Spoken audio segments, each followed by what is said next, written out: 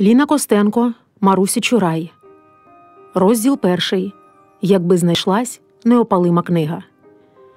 Влітку 1658 року Полтава згоріла дощенто. Горіли солом'яні стріхи над Ворсклою, плавилися бані дерев'яних церков, вітер був сильний, полум'я гуготіло, і довго ще літав над руїнами магістрату легенький попіл спалених паперів, всіх отих книг міських полтавських, де були записи поточних судових справ. Може, там була і справа Марусі Чурай. Може, тому й не дійшло до нас жодних свідчень про неї, що книги міські полтавські през війну під час рабування города огнем спалені. А що якби знайшлася хоч одна у монастирі десь або на горищі? Якби вціліла в тому пожарищі неопалима, наче купина? І ми б читали старовинний том, де писар вивів гусячим пером щороку Божого такого-то і місяця такого-то і дня перед Мартином Пушкарем-полковником в присутності Семена Горбаня, що був на той час війтом у Полтаві, перед суддею, Богом і людьми, Чурай, Маруся, на підсудній лаві і пів Полтави свідків за дверми. І загула б та книга голосами, і всі б щось говорили не те саме, і чорні бурі пристрастей людських пройшли б над полем буковок хистких. Тоді стара Бобренчиха вдова суду такі промовила слова: «Пане полковнику і пане Войте, ускаржуюся Богу і вам на Марусю, що вона, забувши страх Божий, отруїла сина мого Григорія. І втеди син мій Григорій наглою смертю вмер. На здоровлі перед тим, не скорбівши през отруєння і през чари бісовські, то вам, панове, правдиво під сумлінням кажу, і людьми те свідчу, оскаржену Марусю Чураївну, тоді суддя суворо запитав, коли, чого і для якої причини таке незбожне діло учинила. Але вона ні слова не сказала, усправедливлень жодних не дала, тільки стояла, як з каменю тесана. Тоді громада загула прилюто, вона ж свій злочин визнала прилюдно, бо як до Гриця мертвого припала, казала все, як зілля те копала, як полоскала, як його варила, і як уранці Гриця отруїла. Вона ж співала, наче голосила, на себе кари Божої просила, співала так, як лиш вона уміла, а потім враз неначе заніміла. Тоді ми вряд, упевнившись на ділі, що Грицю мер отруєний в четвер, предать землі звеліли до неділі, прийнявши справу криміналітер. Убивницю ж Марусю до розправи скріпить в'язення города Полтави. Бобренчиха ж та зацна удова, нехай на Бога в горі упова, та настановить свідків віри годних, непідозрених у проступствах жодних, аби по правді свідчили про злочин, що тут убивці іншого нема. Бо то не є ще доказ остаточний, якщо підсудна визнала сама. На то ставши, Параска Демиха в літах подейшлих зізнала: «Єдну душу Богу ховаю, а було так, недавнечко о півнях вийшла я». «Трусити левкову грушу», – підказав хтось. «Панове судді, Лесько Черкес мене на цноті змазує. Тоді ми вряд казали смо Черкесою і всім також особам принаявним, щоб мову свідкам не перебивали. Понєва ж будуть випхані з ратушу, а двері будуть взяті на скабу». Отож кажу, недавнечко о півнях, коли я вийшла глянути з надвору, бо щось мені ускочило в димар, дивлюсь, Грицько вертається додому. І звідки б то? Ще іначе на підпитку, якийсь такий ніяк не вдягне свитку. То я питаю, ми ж сусіди, гей, це ж де тебе так, хлопче, забарило? Та чарку випив там в одних людей, чогось так біля серця заварило. Коли ж невдовзі чую у Бобренків великий гвалт, то я туди городом. Лежить Грицько, увесь вже посинів, хрипить, здрігає, роздирає ковнір. А я кажу Бобренчиці: ой, кумо, це запитяна хвороба. І що ми вже Грицькові не робили, вищіптували, терли і зсилали, свячене зілля клали під потилицю, водою мили і переливали, хворобу на бобренківського пса не помогло. Ще й щось таке балакав. Там хтось стояв, то мало хто не плакав. В таких походах куля обминула, не подолала вражеська рука, щоб де аж дома дівка підманула, струїла геть такого козака. І от лежить у гробі в чорнобривцях, на смерть убит, а та є чарівниця. Є докази, що це вона дала пиття. А хто ж би ще труїв Бобренка Гриця? Кому він ще так знівечив життя? Тоді навряд був ставлений Фесько. Млинів дозорця скарбу військового, що від боязню Божої признав: «Панове суд, Того я добре звісен. Якщо не так, беру на душу гріх цю дівчину разів, мабуть, із 8, коло млина. Вночі я спостеріг. Над Ворсклою з небіжчиком стояла. Тобто він ще був живий тоді. І що вона, гадаю, за проява, 2 тіні, млини, місяць на воді? Мені то що? На це ж нема заказу, стояння – діло добре загалом. А я таки чогось подумав зразу. Аж де зійшлись? Чого б то за селом? А якось бачу, щось майнуло з греблі, шубовснуло, аж зойкнула вода. А я ж туди і ніг не дотереблю. Думаю, втопилась от біда. То добре, що Іван тут нагодився та витяг із води напівживу, бо там колись мій Шурин утопився, то гибле місце, я й не допливу. Суддя сказав: усе це прикро справді. І ті млини, і втоплений Шуряк, але ж ми іншу розглядаємо справу. Не як топилась, а труїлась як. Тож свідок мовив трохи не до діла, тут треба чітко провести межу. То я ж не бачив, як вона труїла, а як топилась бачив, то й кажу. Тоді Бобренчиха становила інших осіб. Числом 17, а з тих 17 має 5, котрі до присяги годні будуть. Ті казали, що Маруся відьма, що у Полтаві гіршої нема, що всі це знають, і по ній це видно, і що вона ж співала і сама. Котра дівчина чорні брови має, то тая дівчина усі чари знає. І то ж вона наврочила ні в року, що покалічив Савку Саврадим, уміє перекинутись в сороку, а то виходить з комина, як дим. Панове судді, я прошу пробачення, сказав Горбань з паперами в руці. З'ясую стисло свідкам звинувачення, щоб не збивали суд на манівці.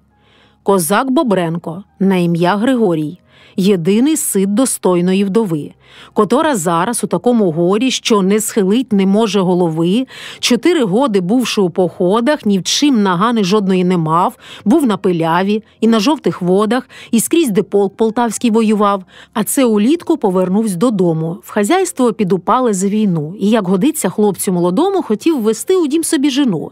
Отож нагледів дівку собі рівну, дізнавши певно, що і він їй люб, Грицько посватав Галю Вишняківну, повзявши намір брати з нею шлюб.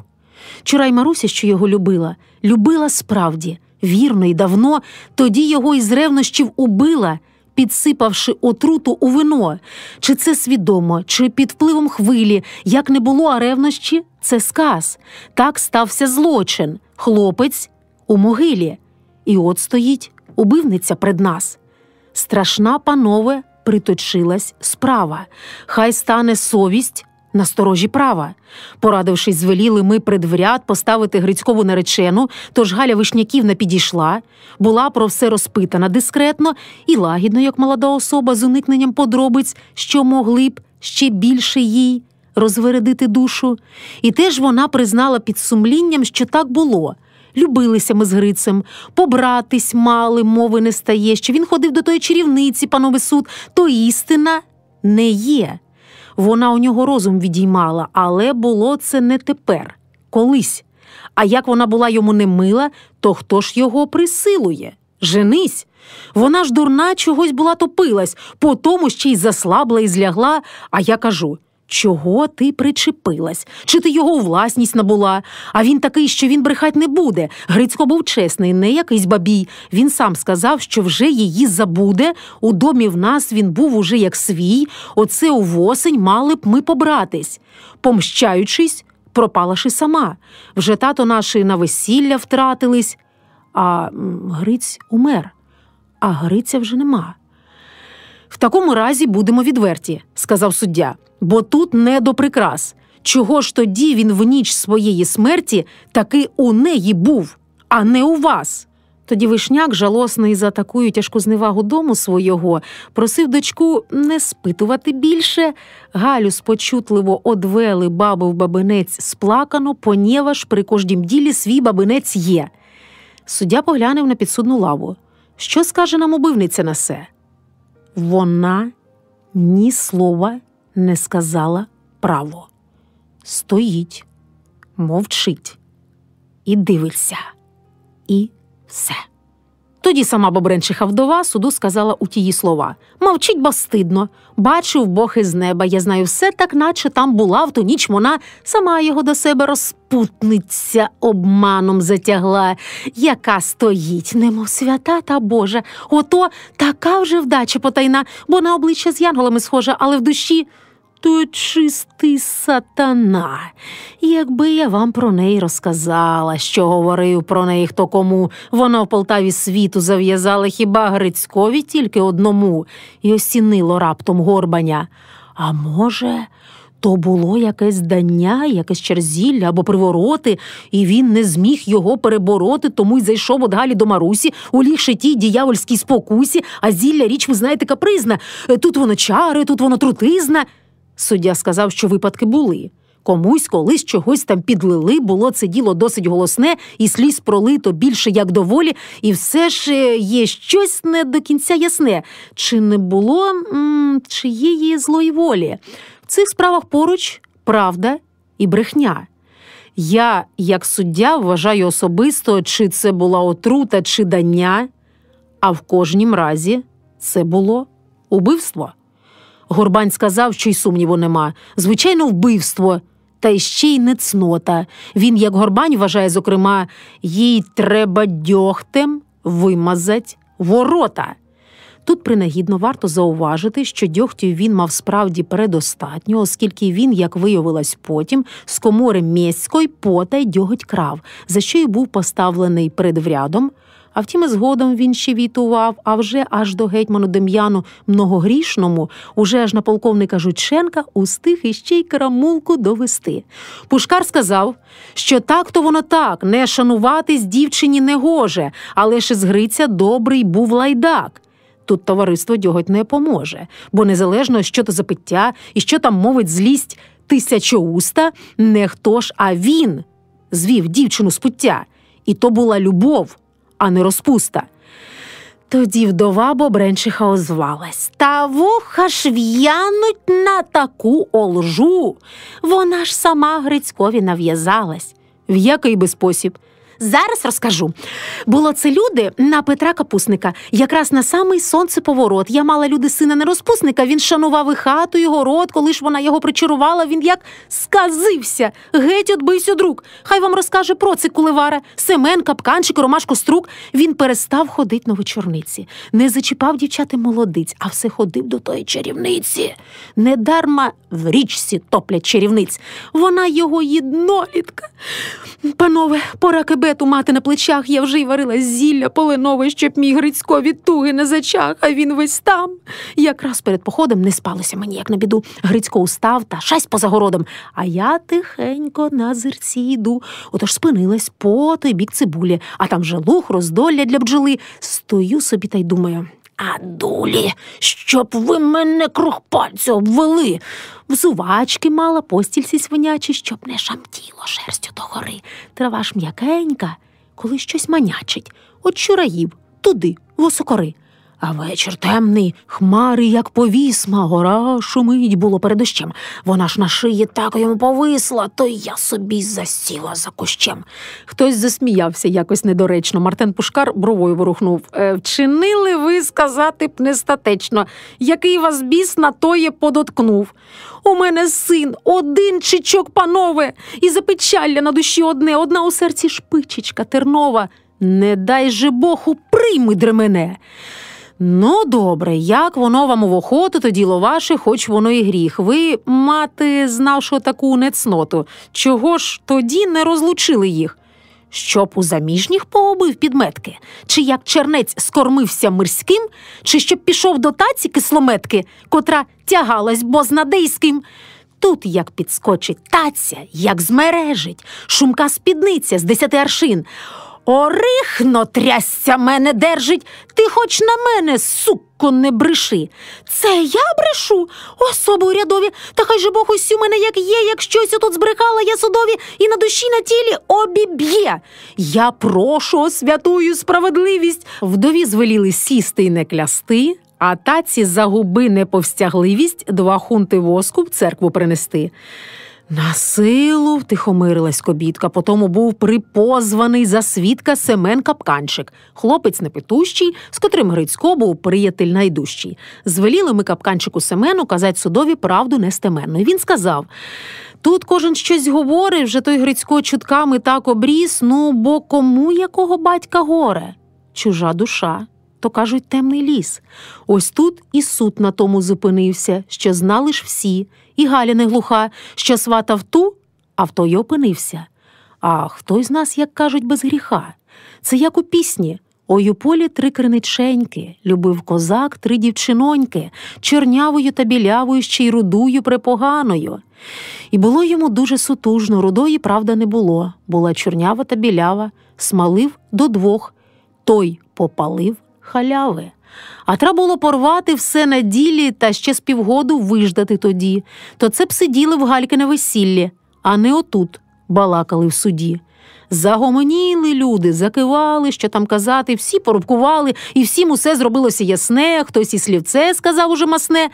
Тоді устала мати Чураїха і сказала так: «Пане Пушкарю, полковнику Полтавський, а добродію наш, що маю вам сказати? Спасибі людям за тишу, он сидить писар, туранський Ілияш, хай він мої сльози запише». Чужа душа, то кажуть, темний ліс. А я скажу: не кожна, ой, не кожна. Чужа душа – то тихе море сліз, плювати в неї гріх тяжкий не можна. І чим ви будете карати моє смутне, зацьковане дитя? Чи ж вигадає суд і магістрати страшнішу кару, ніж таке життя? Ви грамотні, ви знаєте латину, за крок до смерті перед вічним сном одного прошу: у мою дитину не кидайте словами, як багном. Притихли люди. Знітилися свідки, сльозина блисла у якоїсь тітки. Відтак, уже не ставлений ніким, прийняв присягу шибелист яким: «Даруйте, я не звичка промовляти. Хотів сказати річ іще таку. Марусю знаю, ще й знемовляти, і Гриця знаю, що у сповитку. Он там сидить та бідна Чураїха. Чи на суді була вона коли? Проз їхній двір тоді я саме їхав, коли Грицька на цвинтар повезли. Чи рвала мати так на собі коси, як задзвонили по його душі? Та він же їй, як рідний син, і досі. У них і виріс там, на шпориші. Вона ж свою дитину годувала та й вже сусідську бавила чужу, бо Бренчиха ж тим часом воювала за курку, за телицю, за межу. Все ніколи. То в них і повелося. Сьогодні ситий, бо у Чураїв. То те дитя й на ноги зіп'ялося, і розуму дійшло у Чураїв. Коли ж у Гриця вибилось на вусся, і Чураївна стала на порі, то полюбилась хлопцеві Маруся. Могли б лише радіти матері. Вона на те й заходилась спочатку. Грицько пішов тим часом у похід. Попідростали верби й дівчатка. Про це в суді, можливо, і не слід, але ж Маруся так його чекала. Такі літа одна перебула. Нікому ні руки не шлюбувала, ані на кого й оком не вела. Грицько ж, він міряв не тією міркою. В житті шукав дорогу непряму. Він народився під такою зіркою, що щось в душі двоїлося йому. Від того кидав з берега до того, любив достаток, любив пісні. Це як, скажімо, вірувати в Бога і продавати душу сатані. Хай Бог почує сльози у довині, бо Бренчиха зайшлася від ридань. «Панове суд, я вірю цій людині», – сказав Пушкар. І втрутився Горбань. «А чим довір'я ваше обґрунтоване? Ведете суд на хибну колію». «У мене, пане, слово не куповане, і я його не продаю. А хто тут, може, хоче хабаря, то хай мені подивиться у вічі. Панове!» До Мартина Пушкаря тут посланець прибув із Січі. Війшов, як грім, обвітрений з дороги, віддав чолом і мовив хрипкувато: «Полковнику, вам лист від кошового». «Гаразд, сідай. Спочинь з дороги, брате. Якісь новини?» Обступає ворог. Богдан козацтво стягує під Білу, потрібна поміч і потрібен порох, Потоцький йде на зустріч Радзивілу. Зірвав полковник повагом печатку, і поки він листа того читав, той посланець обговтався спочатку і тих поближлих райців запитав: «Ну як тут, мирно? Пишете папери?» Язик зломивши на судейський штип. Зітхнули райці. Обізвався первий: «Та тут таке! Козак у нас погиб». «Погиб? Козак? То що у вас в Полтаві? Облога? Зрада? Засідка? Бої?» «Та ні, Маруся. Он сидить на лаві, струїла хлопця, судимо її». Той засміявся. «О, такої к бісу! Під Білу церкву стягнуто полки, палає Київ, знищено 3 ліси, у вас же он, як гинуть козаки! Там бій, там смерть, там зламано границі, людей недохват, лється наша кров, а тут погиб! У вас ще на спідниці не перешили ваших кругов? У вас, у нас, ви Січ, а ми Полтава, у вас права, ми ж охоронці права, у вас за вбивство кара там яка?» Козак сказав: «А просто, як по злобі. Козак уб'є, не дай Бог козака, живого з мертвим в одному гробі. А тут, бач, інше, тут все навпаки. Погиб козак од женської руки». «До Марики, така у вас і смерть. Безславно вмер, а кажете убито. А запоріжці – люди без круть-верть, все кажуть щиро на своє копито.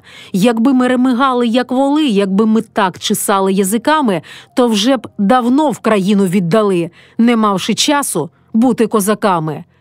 Ця дівчина, обличчя як з ікон. А ви її збираєтесь карати? А що, як інший вибрати закон? Не з боку вбивства, а й з боку зради. Ну, є ж про зраду там які статті. Не всяка ж кара має бути незбожна. Що ж це виходить? Зрадити в житті державу злочин, а людину можна? Суддя сказав: «З наскока тут не мона. Тут Запорожче треба Соломона». Козак сказав: «Замудрувались ви. Тут треба тільки серця й голови». Тоді у вряді почалась незгода. Той каже так, а той іще інак. Лесько сказав: «Кого в цім ділі шкода, так це Івана Іскру. То козак. Таке нещастя, хоч кого знеможе. Це ж можна тут рішитися ума. Любив же він Марусю, не дай Боже. Тепер сидить?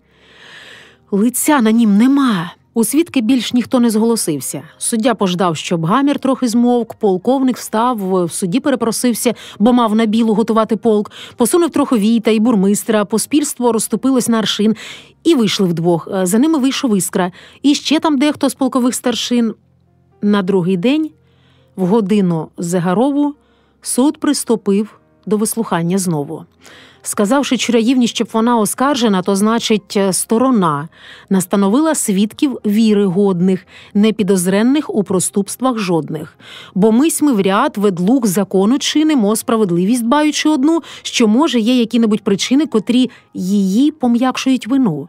Вона від цього, вбивця, ти диви, відмовилась хитанням голови.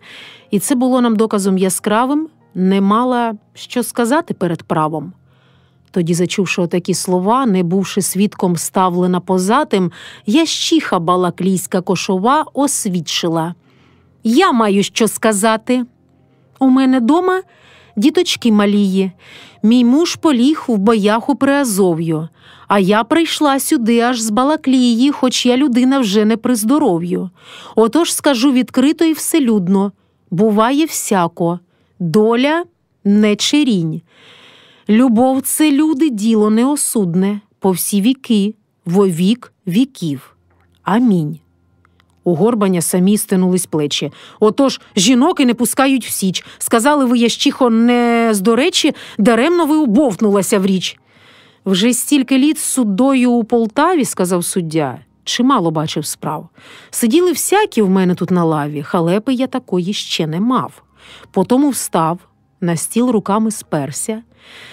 Тут говорили свідки й очевидці, по вислуханню всіх цих контроверсій суд має перейти до пропозиції.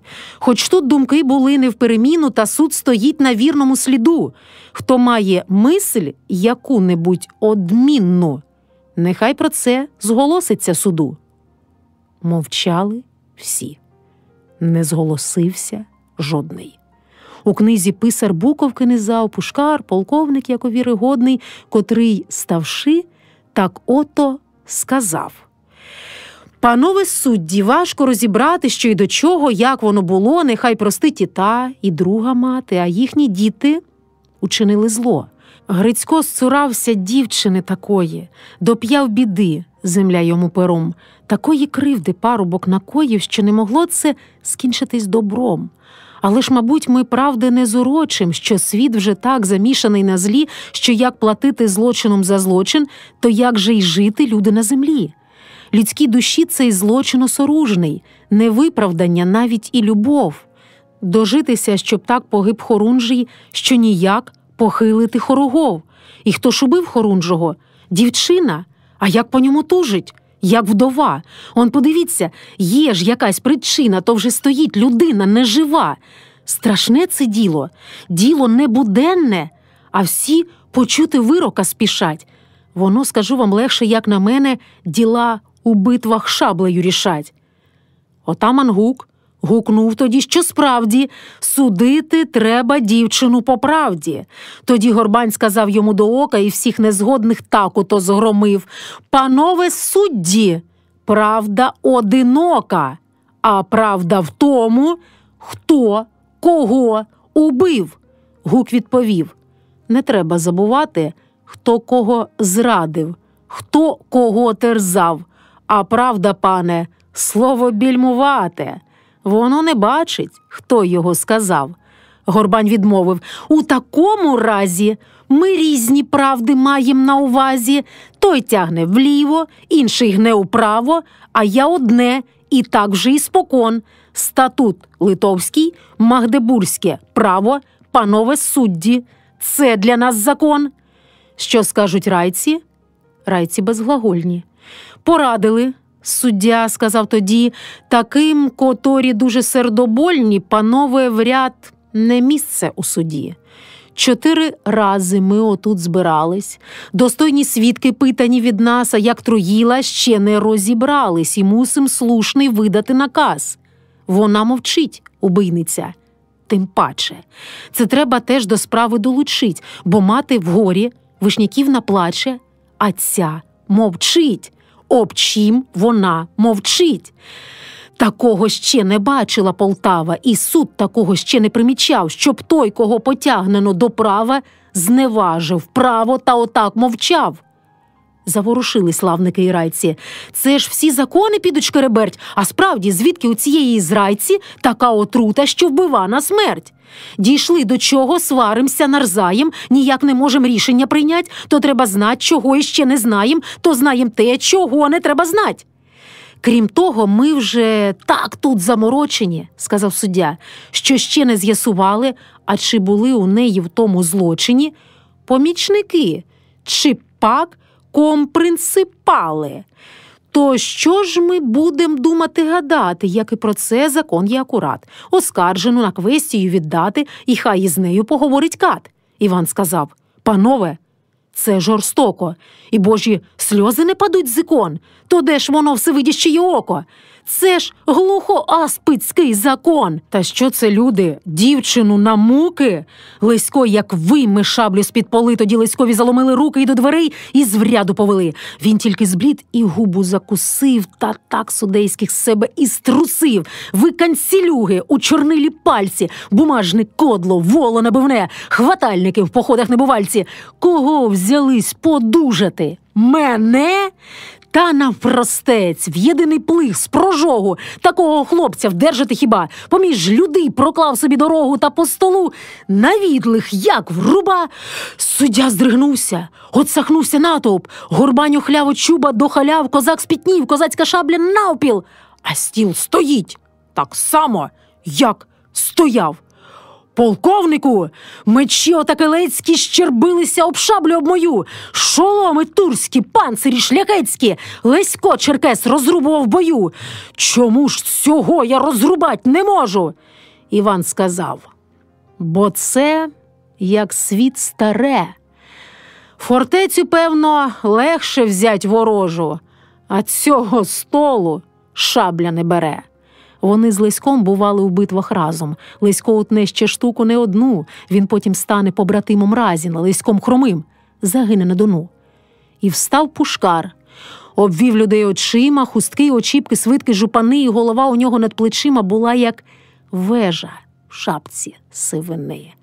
Ще не старий, і славу мав, і силу. Про нього потім, думаю, складуть, мине 7 літ, і голову цю сиву Виговському на списі подадуть. Пушкар сказав, що злочин непрощенний, карати треба, що там говорить, і так карати, щоби люд хрещенний не мав за що судові докорить. Закон є суть, тверда його основа, для того він і звелений судам, але оце, як хочете, панове, а на тортури згоди я не дам. Тоді ми в ряд, все зібрано є гроно, на ті слова схилившись і уваживши, підсудну на тортури не діли, і правий суд продовжували далі, явивши в жилах зимну кров, так нібито нічого й не сталось. Лесько ж черкес за те, що бешкетує, пеню належну сплатить до шкатулки. Сиділа Галя, наче панська рожа, Іван сидів з похиленим чолом, сказали райці: «Дійся, воля Божа», і запосіли місце за столом. Суддя сказав: «Закони судочинства вагатися не дозволяють нам. Запобігавши, щоб такі злочинства не множились помежду християн, ми мусимо вбивцю засудить до страти. Як нам велиті право і статут, і тільки спосіб, як її карати, предметом спору може бути тут. Що скажуть райці, лавники і возний? Як це, здається, пане Войте, вам?» Підвівся Іскра, полковий обозний, син Остряниці Якова Іван. Загине теж в бою, заживши слави в недовгім часі після Пушкаря, вертаючись до попелу Полтави з посольства до московського царя. Увесь блідий, аж під очима чорно. Я прошу, люди, вислухать мене. Багато слів страшних тут наговорено, я, може, божевільним тут здаюся. Ми з вами люди різного коша. Ця дівчина не просто так, Маруся. Це голос наш, це пісня, це душа. Коли в похід виходила Батава, її піснями плакала Полтава. Що нам було потрібно на війні? Шаблі, знамена. І її пісні, звитяги наші, муки і руїни, безсмертні будуть у її словах. Вона ж була як голос України, що клекотів у наших корогвах. А ви тепер шукаєте їй кару. Вона ж стоїть німа от самоти.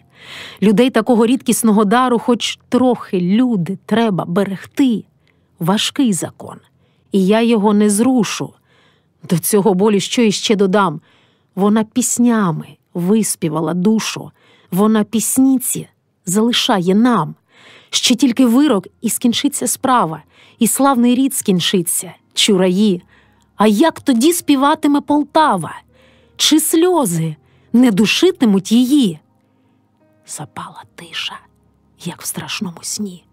Горбань сказав: «При чому тут пісні? Вона ж на суд за інше зовсім ставлене. І потім, бачте, чутка є, що свідок цей особа зацікавлена, його слова не мають тут ваги. Тоді ми в ряд з пристойними особами дали сказати слово їй останнє, чи має серця внутрішню гризоту, і чи перед тим, як вирок наш почути, зронити хоче, хоч сльозу покути». Підсудна слізьми очі не зросила, і милосердя вправа не просила. З тих тоді райці, все дорозумівши і між собою радившись не раз, кондиціями права посполитого, тоді такий, ми винайшли наказ. Ми в ряд зіпершись пас відоцтва голів, такий-то спосіб справа була рішена, що має бути карана на горлі, на шибениці, значиться обвісшена. Про що людей поштивих звідомляєм, і на потомні вписуєм віки, декрет печаттю нашою змоцняєм і підписом судейської руки. Розділ 2. Полтавський полк виходить на зорі. Багряне сонце, дужка золотава стоїть над чорним каптуром гори, на 5 воріт зачинена Полтава, ховає очі в тихі явори. Спадає вечір сторожко помалу, ворушить зорі в темряві криниць, сторожа ходить по міському валу, і сови сплять в западинах бійниць. «Вартуй, вартуй!» з Курилівської брами, «Вартуй, вартуй!» від київських воріт. Уже стоять вози під яворами, полтавський полк готовий у похід. Годуйте коней, не близька дорога, благословіть в дорогу матері. А що там буде, смерть чи перемога, полтавський полк виходить на зорі. Там бій гримить, там гине наша воля, там треба рук і зброї, і плечей, і що там варт чиясь окрема доля, той тихий зойк у безмірі ночей. Вогнена зірка в небі пролітала, сичі кричали вісники біди. На 100 думок замислена Полтава вербові гриви хилить до води. Був правий суд, і вирок оголошено, усе як слід, за що себе вкорить. Мовчить Полтава, наче приголомшена. Перехотілось людям говорить. А власне що ж, такі часи криваві, що варт життя, ну стратять ще когось. Промчався вершник по німій Полтаві, у серці міста громом віддалось, простугоніло смутком вечоровим, хитнуло тиші синій оксамит, і тільки вершник за полтавським ровом десь даленіє цокотом копит. Самотній вершник зникне за туманом, сторожа вслід подивиться йому, той вершник зветься Іскрою Іваном. Йому сьогодні тяжче, ніж кому.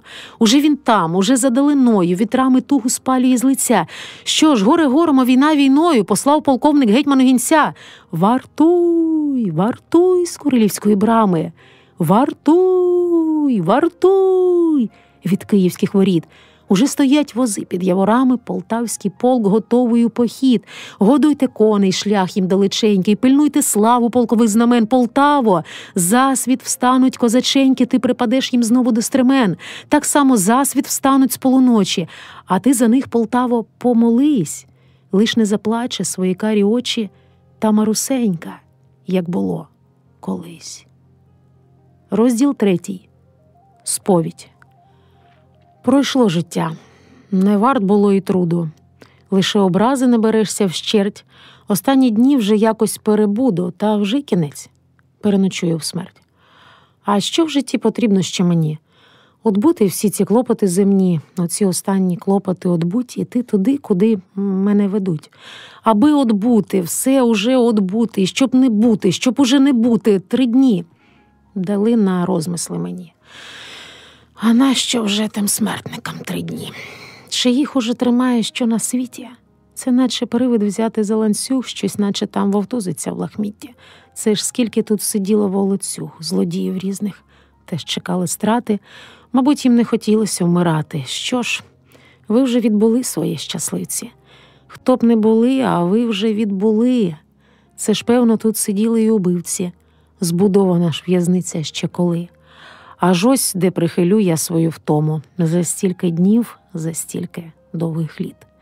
Чи тут змінили хоч цю солому, чи кинули хоч свіжий околіт? А втім, яка мені уже різниця? Я теж убивця. Я убила Гриця. Оце ж за те мені і заплата, із кам'яних мурів кам'яна хата, старий кожух, солома постелюсь, хоч так полежу, в пітьму подивлюсь. А, я заснула, Господи, заснула солодким сном уперше за всі дні. Та так заснула, наче потонула. Ще щось хороше снилося мені. Перекинулась, ніяк не розберуся, чого я тут, хто вбивця, хто Маруся. Сама від себе ще така далека, немов оце приніс мені лелека та й опустив у мальвах і жоржинах на тих ранкових росяних стежинах. І я ще, як малесеньке дівчатко, щоранку починаюся спочатку. Солодка млість, блідесенький промінчик. Як добре жити, думати про інше. А сон минув, розтанув, і натомість раптовим болем обпекла свідомість. Єдине слово виникло. Невже? Душа болить, і тіло як чуже. Навпомацьки з підлоги підвелася, не розчесавши коси, заплилася, все так, як є, приречена, одна.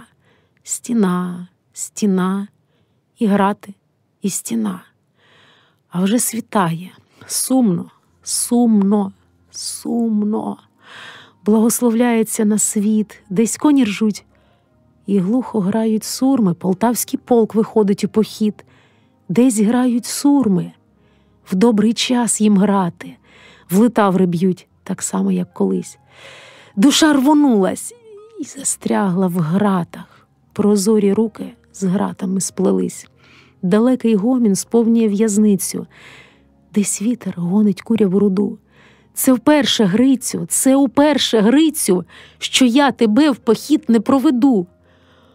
Ой, лються сльози материнські, лються, свята печаль, печаль без гіркоти, загинуть хлопці, то хоча б по-людськи, а як загинув ти, що кожен їде і вогню, і грому, всього там буде в клекоті доріг, а ти лежиш на цвинтарі старому, де ще ніхто з козацтва не поліг.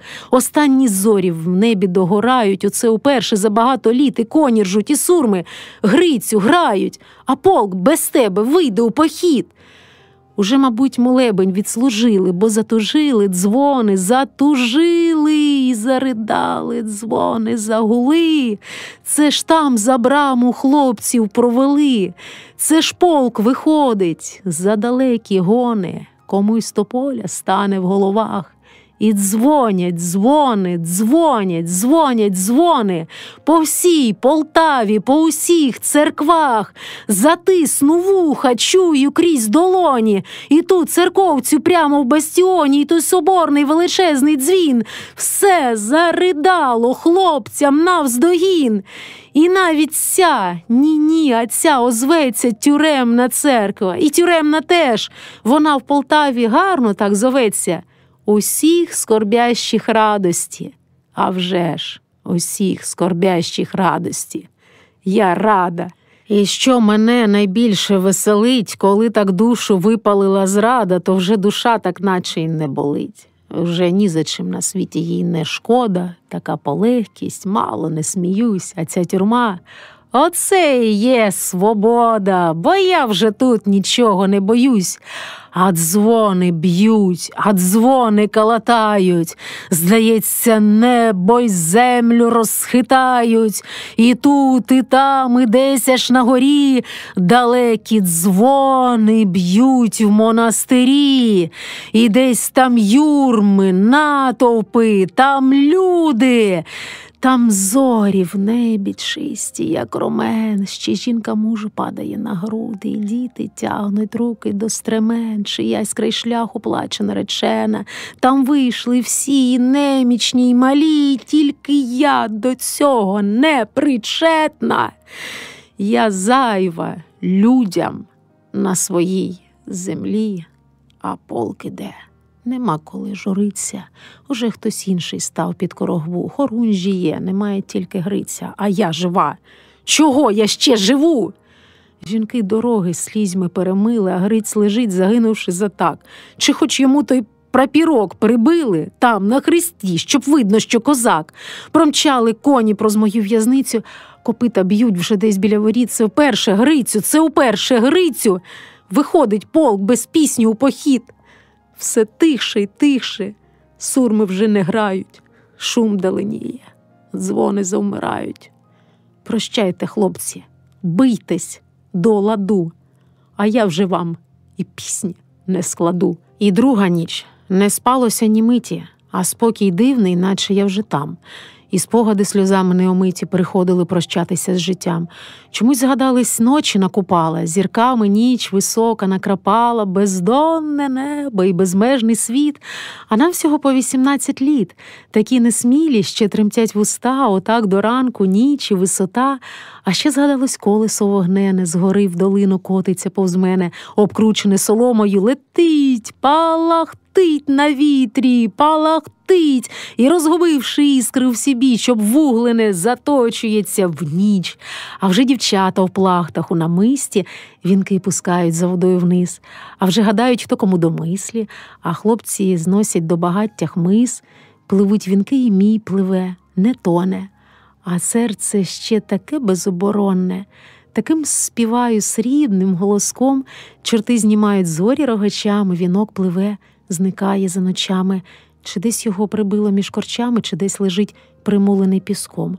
А потім, як зламалося весло, і підхопило душу, і понесло, і закрутило у такому вирії, було б тоді й спинитися літам.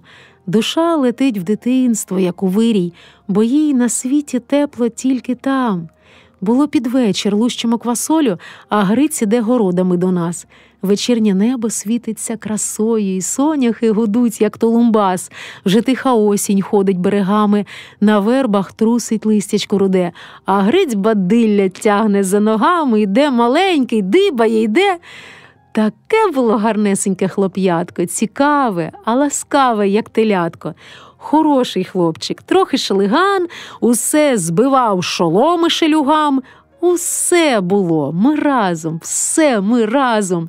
Пірнаєм в річку і по кручах лазим, шукаєм глоду, пасемо корову, у гилки граєм, в цурного квача, або за зиму довгу вечорову начешем з коней шерсті для м'яча. А ще ми з Грицем внадилися з малку у дідову галерникову балку. Він там живе в степу за вітряками, один-один.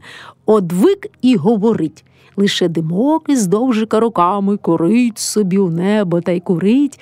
У нього там і зарості ожини, і таємнича ниточка стежини, і вулики, і в жолобі водичка, і вплетений у верби живопліт, і хата, як старенька рукавичка. В ній кіт живе, цвіркун живе і дід. А сам він дід старезний, полотняний, а в нього сива борода, як дим. Розказує про кафу, полонянок, про те, в які походи він ходив. І каже нам, що ми його онуки. Не дав Бог рідних, не було коли. Галерницькі рубцями биті руки вистругують нам човники з кори. А то щедруєм, низочкою ходим, тонкими голосочками виводим. Ой, на річці, на Йордані, там пречиста ризи прала. На Ворсклі хрест вирубують опішнями, залють водою, уморозять в лід горбаті верби людяними клішнями, скляні бурульки струшують з борід. Летять згори санки й гринджолята, в очах михтять занесені тини. Тоді у мене не було вже тата, мені зробила мати ковгани. Аж білий вихор здійметься довкола, як нас по схилу сани розтрясуть. Зима тікає, підібравши поле, а вже співають, корогви несуть.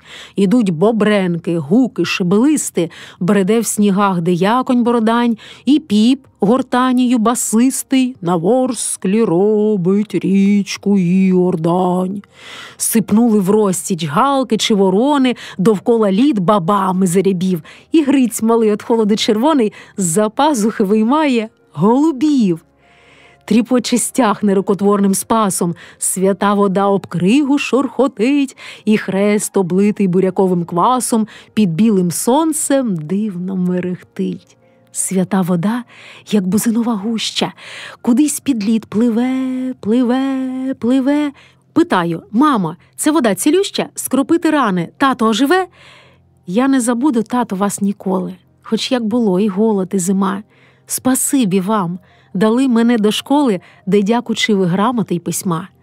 Козацька школа, крита очеретом, благенькі стіни, плетені з лози, напіввікна заплющена заметом, 3 лави, стіл, псалтир і образи. Азбуки, вєді, що тоді я відала? Не осягла й глибокості письма. Ішла додому, снігом пообідала. Азбуки, вєді, голод і зима. Одвірок за ніч намерзає в сінях, стоять в кутку забуті рогачі. Перелузали зиму, як насіння, удвох одні на тій таки печі. Про татка звістки не було з півгоди, уже й Кузьма з Дем'яном розминувся, бо у Полтаву із того походу ніхто живий тоді ще не вернувся. Чутки ходили, що Павлюк не виждав, що ті кумейки, то кривавий сніг, що хто там здався, тільки той і вижив. А батько ж наш, він здатися не міг, він гордий був, Гордієм він і звався, він лицар був, дарма що по столи, стояв на смерть, ніколи не здавався. Йому скрутили руки і здали. Що з Павлюка живого шкіру здерли, що з ним взяли ще 4 старшин, що проти того, як вони умерли, і суд страшний. Не здасться вже страшним. а потім їхні голови на палях повиставляли в полкових містах. Людей зганяли. Мати моя впала, і крик замерз у неї на вустах. А смерть кружляє, кружляє, кружляє, кружляє навколо палі, наносить білого снігу і очі його запалі. А я нічого не бачу, якась в очах крутанина. Кружляє, кружляє, кружляє, ота страшна хуртовина, танцює хижа й п'яна, льодистими сережками трясе, як голову криваву Іоанна, над білим світом Іроду несе. А через рік, і через 2, і 3 сумні у нас були святвечори. Усе печаль. Все тінь його незрима. Колядники співають під дверима. Ой, чи є, чи нема пан господар вдома? А пам'ять про нього на покуті головою на руки впала. Ішов кобзар у нас через Полтаву. Обступили, просять, що кому, той про сирітку, той про давню славу, той про Азов, а той про Кодиму. І я стою. Отак стояла з краю. А він співав невільницькі плачі, і раптом чую: «Орлику, чураю». Я оніміла. «Орлику, чураю». Як я тоді наплакалась вночі, усе ввижалось: «Орлику, чураю». Ой, забили тебе ляхи у своєму краю. Все думала, хоча б було спитати, хто склав слова про нього, про той край, що був вже він ріднесенький, мій тато, а от тепер він орлик, він чурай. Тепер він з нами в радості і в сумі. Збагнуло серце вражене моє.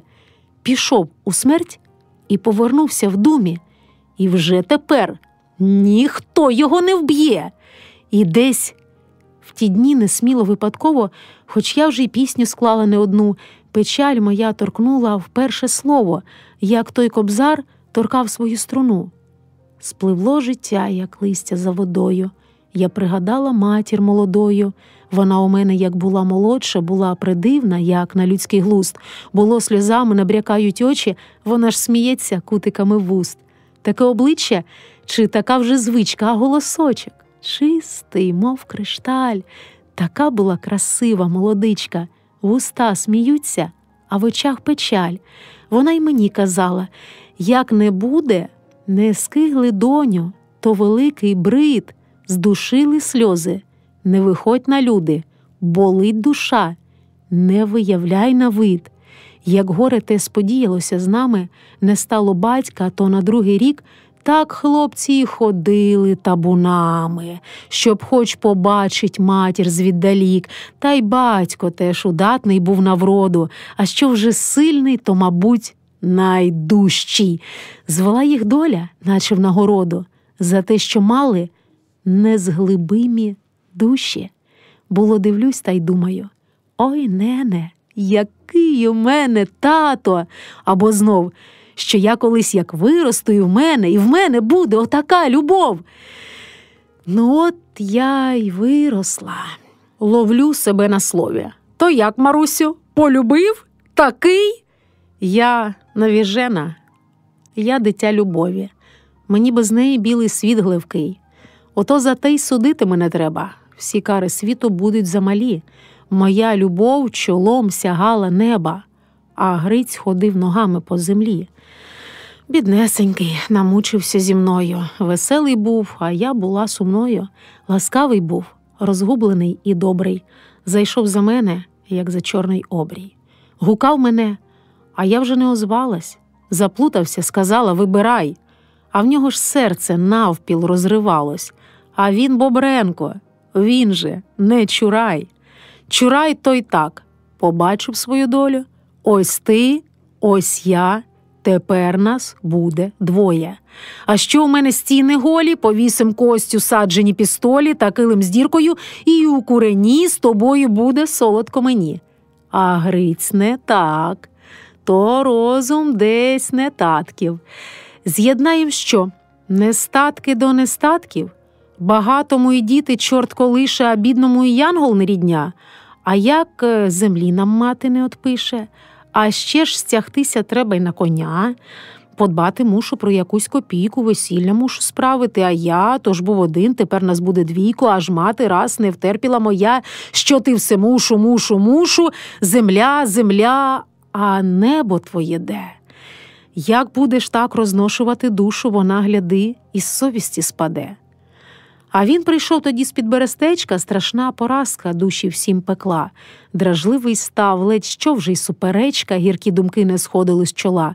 Приходив рідко, лагідний не дуже. Все курить, люлька на губі. Такий зробивсь не прозирнеш у душу, якийсь чужий. Мені чи вже й собі, а якось каже: щастя треба красти, хоч добре не заклюнулось дитя. Весілля знову змусимо відкласти. Що зробиш, мила, як таке життя? Погане літо, не було врожаю, та ще й тягтись на чоботи й кожух. А я такий, я матір поважаю, я впоперек їй слова не скажу. Бо бренчиха все губи затискала, нікуди з дому Гриця не пускала. Зустріла матір десь біля криниці, про дощ, про грім, про курку, про бичка, що добрий гетьман був із Остряниці, що хазяїн добрий з Вишняка, що час летить, а треба якось жити, любов любов'ю, а життя важке, що вже дітей пора поодружити, на сам кінець промовила таке: якби ти добре у Бога попросила, то мали б ми ще й радість на віку. Твоя б пішла б за гетьманського сина, а мій хазяйсько сватав би дочку, а мати й слова. Тільки почала чогось про мене дбати, як про хвору. Дивлюсь, і в церкву старістю пішла дорогою кружною через гору. Питаю: мамо, хто це вам допік? Що ви уже не ходите тудою? Я, каже, і стежку обминув їх бік, і закроплю свяченою водою. Чого ви, мамо, не злюбили Гриця? Яка вас думка? Все не полиша. Не служать очі на таке дивиться, щоб так двоїлась хлопцеві душа. Не вірте, мамо, Гриць такий хороший, він клявся, мамо, що навіки мій. Ой, доню, в їх до смутку грошей. То ж Вишняки, то ж Галя, зрозумій. Але ж то Гриць і я, то ж ми із Грицем. Та він же в світі отакий один. Він, мамо, гордий, він козак, він лицар. І що для нього гроші, мамо? Дим. Хіба наш батько ласий був на гроші? Хоч таляр він у вузлик зав'язав? Хіба ж ви не були в Золотоноші, єдине золото, яке він там узяв? Ох, не рівняй. Роти в людей, як верші. Ти кажеш батько, а життя біжить. Наш батько з тих, що умирали перші, а Гриць Бобренко з тих, що хочуть жить. А я чуток не дочувала, втішала матір попервах, але й сама вже відчувала, щось правди є в її словах. Кого діждалась? Парубка чи воїна? Чому не йде? Здавалося, в ті дні моя любов прогіркла і перестояна, вже скоро душу випалить мені. Я ж так боялась підлості і бруду, голи думки сколошкані, як рій. Сама нічого, якось перебуду, а що скажу я матері старій? А мати знала, мати все вже знала. Снує чутки нещастя, як павук, не дорікала, не випоминала, а тільки все їй падало із рук. А раз сказала з розпачу гіркого: «Є ж лицарі у нашому краю! О, Боже мій, на кого ж ти? На кого? Збагнітувала молодість свою!» Мені немов полегшало відтоді. Зболілася, відмучилася, годі. Спинити Гриця не зробила й спроби. Ходжу, хитаюсь, як після хвороби. І хоч би злість, яка чи ворожнеча, нема нічого. Пустка. Порожнеча. Усе жаліла я його чомусь, або до Галі мислями звернусь. А може, хто зна, може, так і треба, бо хто я, Галю, проти тебе? Ти, Вишняківна, рід у вас гучний, таких родів не густо у Полтаві. Твій батько, Галю, чоловік значний, у нього жінка ходить в Златоглаві. Він не якийсь, він сам собі вишняк, у нього скроні в срібній папороші. Буває так, що слава на дурняка, а в нього слава за великі гроші. Йому добро саме йде у двір, і сад рясний, і нива хлібодарна. Він не який визискувач чи звір, він просто вміє взяти за півдарма.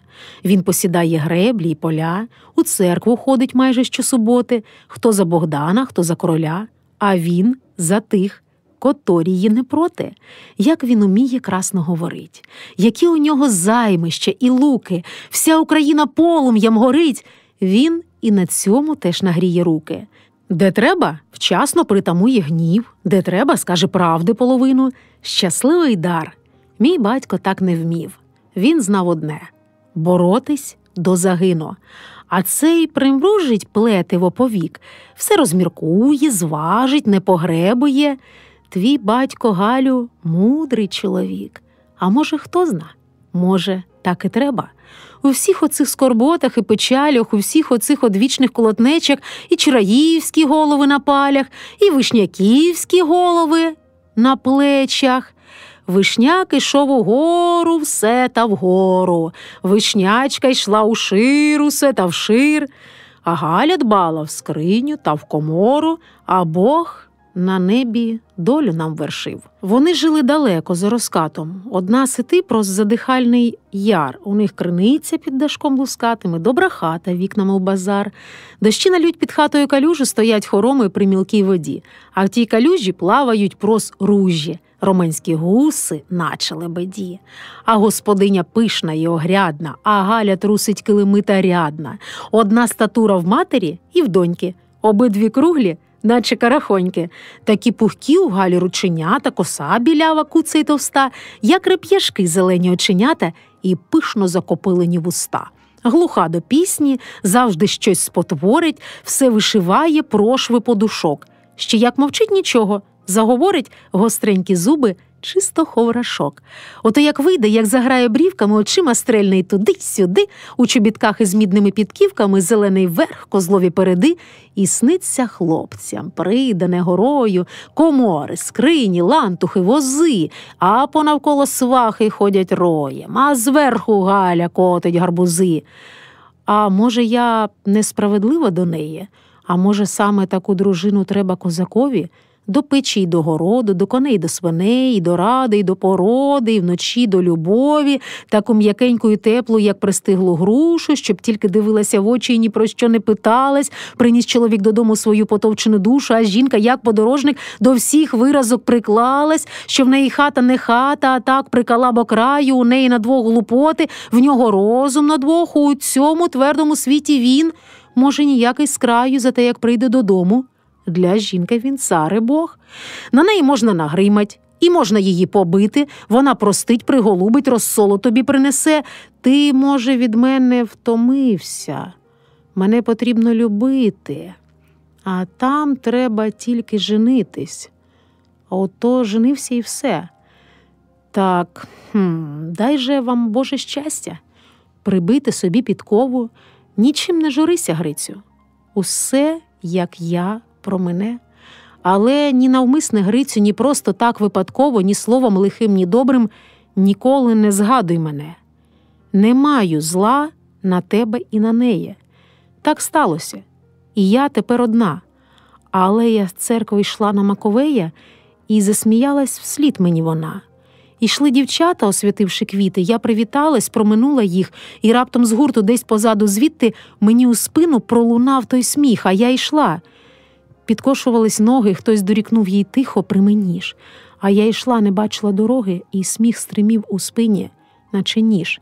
В очах стояла ти лукаве личко, періщив душу сором, як батіг. Вона ж дівча, нагуляна теличка. Прости їй, Боже, нерозумний сміх. Верни його стокротною луною. О ні, я не заплакала при ній. Вода зімкнула сонце наді мною, в старих млинах на греблі ворскляній. Брате мій наречений Іваном, нащо рятував мене? Біда. Кажуть, десь далеко за лиманом море є, одним лицем вода. Кажуть, море синє і зелене, більш за Дніпро і за Дунай, це не Ворскла, це якраз для мене. Там не знайдеш, скільки не пірнай. Запливти і цяточкою стати, ген за обрій, в морі по вуста. Вміє море взяти й поховати, ні труни не треба, ні хреста. А над морем там же ні ворони, лиш до хвилі чайка припада, і оплаче, бо воно солоне, і обмиє, бо воно вода. Ти не бійся, це я не з гарячки. День минув чи, може, вже й два. Між корчами раки ходять рачки, сновигає з грайками плотва. Дожилась я мукою земною, що нема й втопитися куди. Нащо ходиш на взирці за мною? Нащо витяг з темної води? Я схилилась, бо хотіла пити, бо така задуха звідусіль. Я ж хотіла не себе втопити, я ж хотіла утопити біль. Брате мій, наречений Іваном, не люби нікого, не біда. Кажуть, десь далеко за лиманом море є, одним лицем вода. А на що я це згадую? Достоту, як той німий, що в камені кричить. Душа і тут знайшла собі роботу. Нема того, щоб сісти і відпочить. А як згадаю, Боже, як згадаю, таку печаль у серці розгойдаю. Ту нашу ніч, ту ніжність, той порив.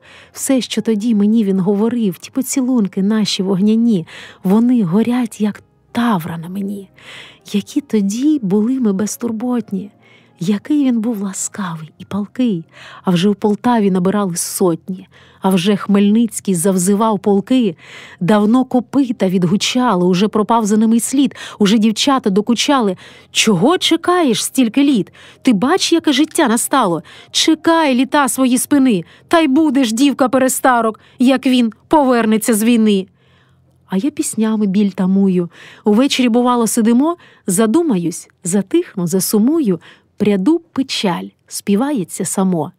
Повій вітре буйнесенький, звідкіль тебе прошу, розвій вітре мою тугу, що на серці ношу. А вечір довгий, хуртовина струже, дівчата гомонять про те, про се. В розмові я сказати б то не дуже, а в пісні можу виспівати все. Співалося, а ті все не вертались, що засвіт встали в похід з полуночі. Слова самі на голос навертались, як сльози навертаються на очі. Мартин Пушкар додому відпустив свій полк полтавський у 50-м році, щоб кожен собі добре погостив, але щоб так, і з шаблею при боці.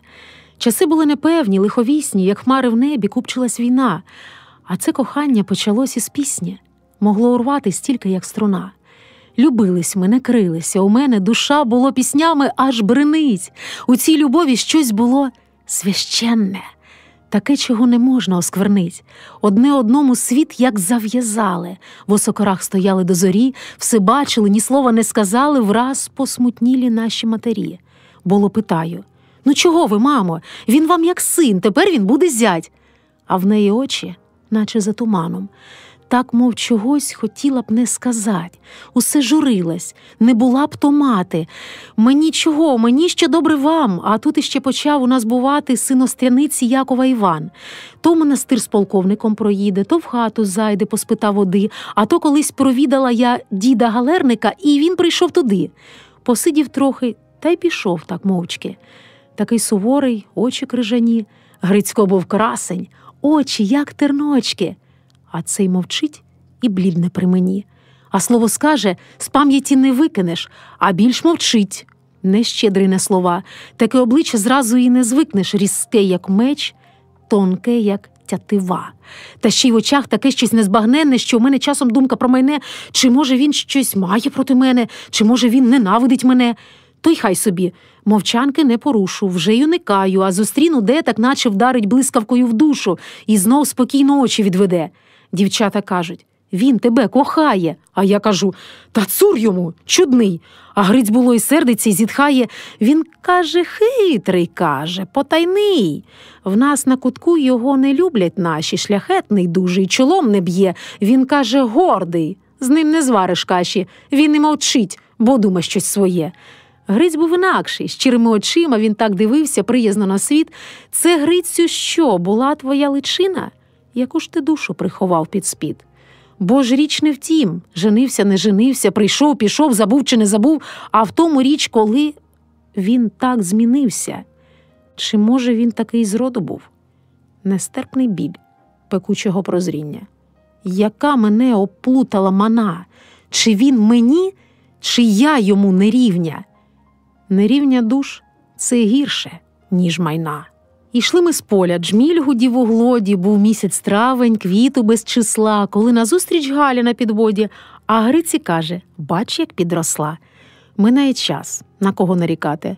А я й не счувся, бувши на війні, таке було мишастеньке, пикате, от дивися, вже на виданні.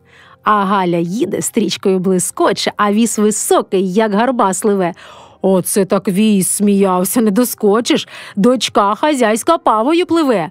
Окрило нас пилівкою і в пояс клиночок поклонився, закивав, а Гриць іде, задумався уголос. За ці літа, де я не побував. Був на Пиляві, на жовтих водах, під Корсунем, і з баржем був теж. Котрий рік, а я усе в походах, а ти все ждеш, біднесенька.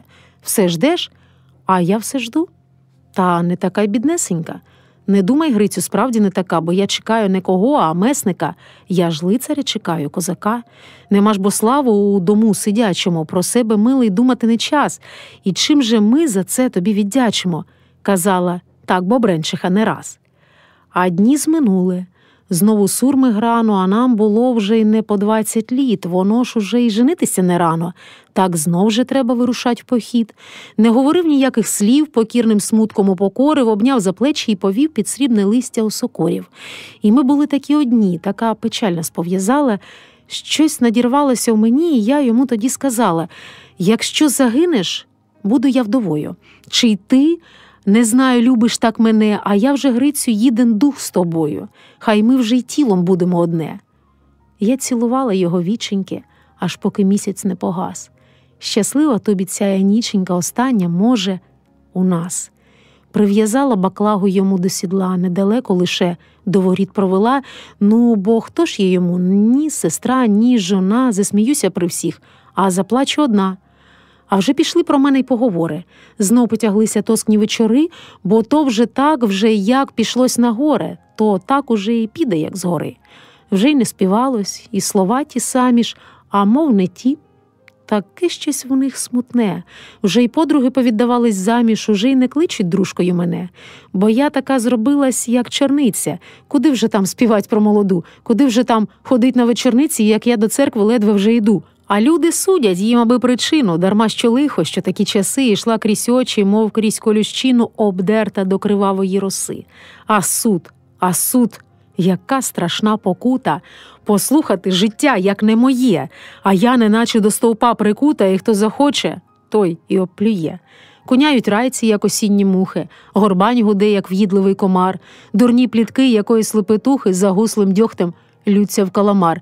Які слова казались там негідні, а я стояла, думала, впаду. Дрібні, людці, гієни стервоїдні, які ж виласі на чужу біду. Хоч би заснути, але вже не спалось. Душа до ранку смутком осипалась. Згадала все, кожнісіньку дрібничку і хату нашу, і оту криничку, і над вікном гніздечко ластовине, що щастя принести було повинне, той берег наш урослий очеретом, і наш лелечий двір, де на гнізді з вербовим мінаретом старий лелека молиться до зір, а потім вранці одлітає вгору, сидить буслиха в тихому гнізді, аж враз для крил не вистачає двору, то підросли лелеки молоді. Гніздо тісненьке по нозі поставлять, та все під осінь як залопотить, та всі лелеки крила як розправлять, здається, й хата в небо полетить. А ще чогось жаліла за дощами, за цвітом яблуневим, за хрущами, за сонцем, за квітами в траві. Якісь вони зробились як живі. Здається, що й листок би цілувала, б дзвіночку б ночувала, як бджола. Отак собі все гарне пригадала. Людиною ще трохи побула, а вранці вграти повійнуло вітром і провело, як смужком по руках. Тюрма повільно сповнюється світлом, лиш причаїлась темрява в кутках. Там Хо сидить. З'явись мені, будь ласка, жмуточок пітьми в закапелках дня. Маленький Хо, моя дитяча казка. Звірятко може чортеня. Тепер ти тут, мій приятель єдиний. Чи ти зі мною підеш і туди? Не треба, Хо, там холодно. Айдино, ти, може, хочеш з кухлика води? Підходь, не бійся, вип'єм по ковточку. Сьогодні що, вівторок? Середа? Хо шарудить у темному куточку. Яка недобра в кухлику вода. По гратах в'ється зелененький вусик, Куди він пнеться у таку діру?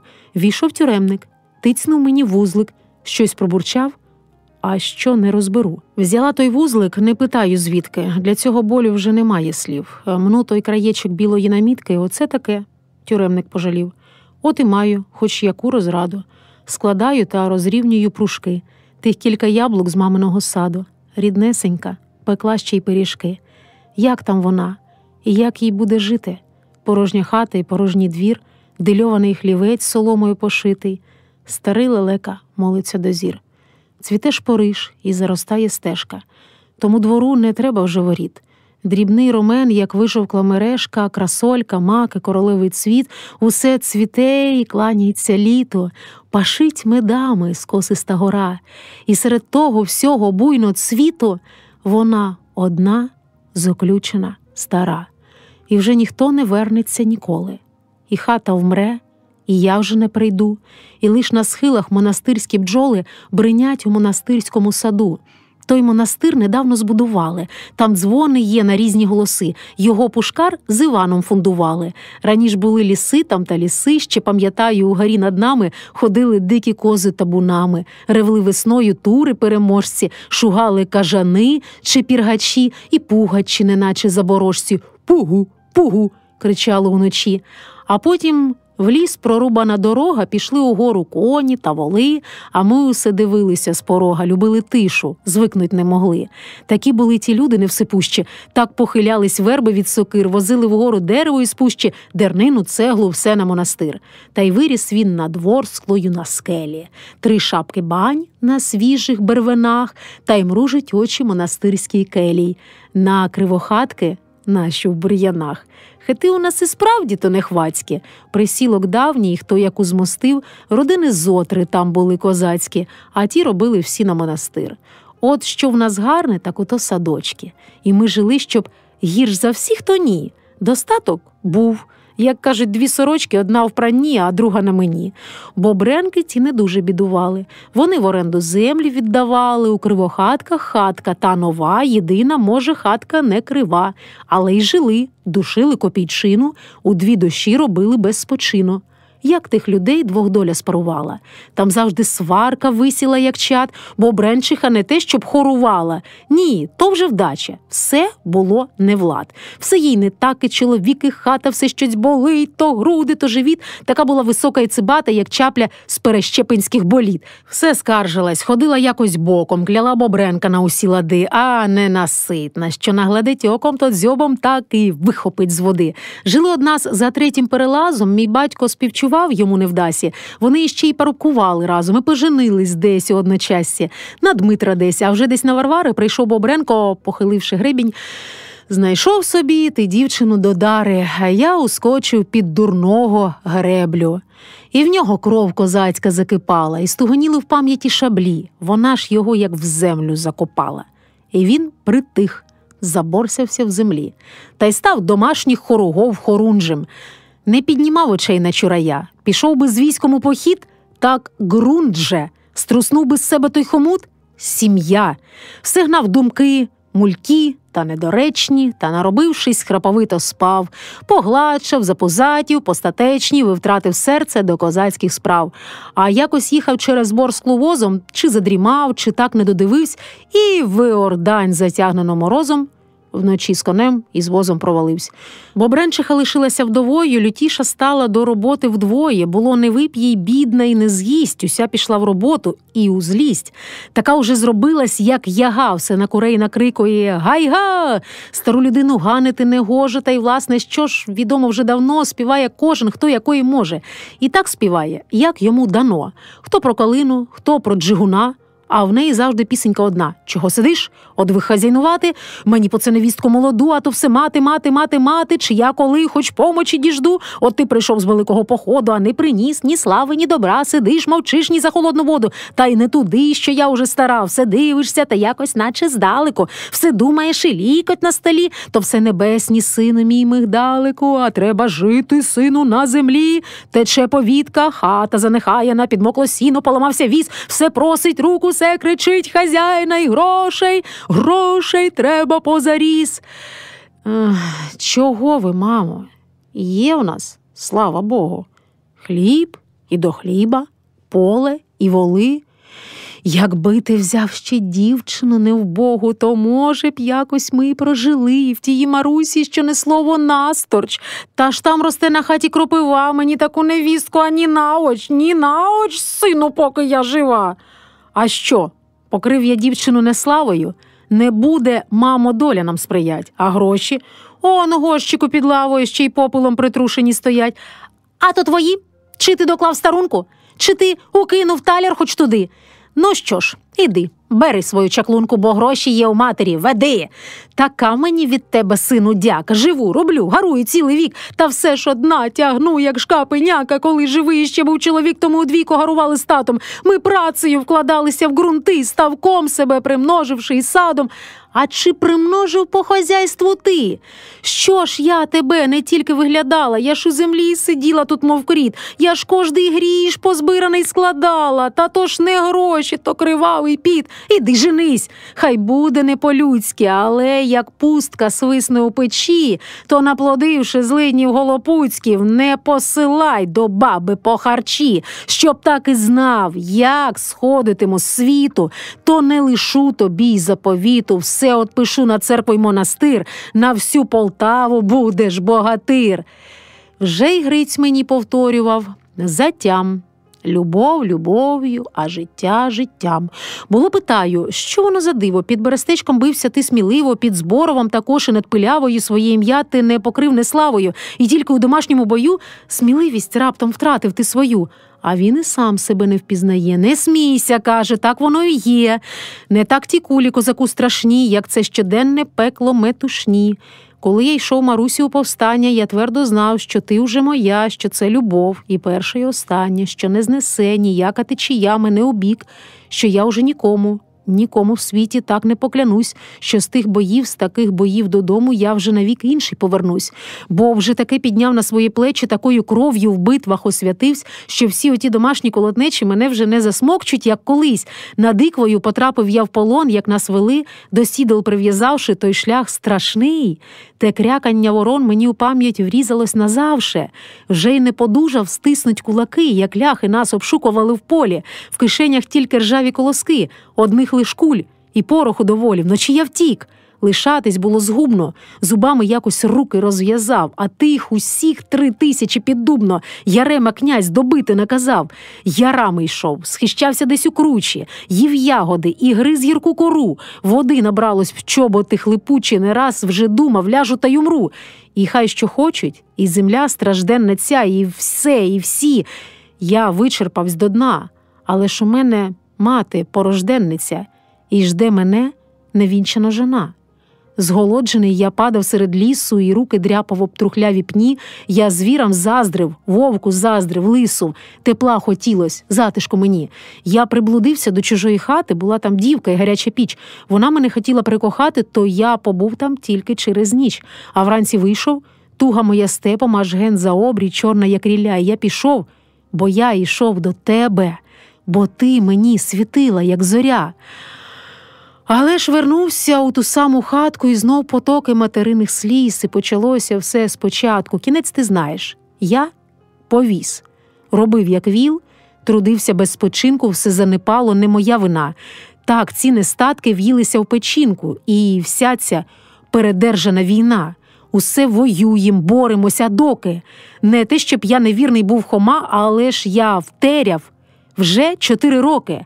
А що із того? Просвідку нема.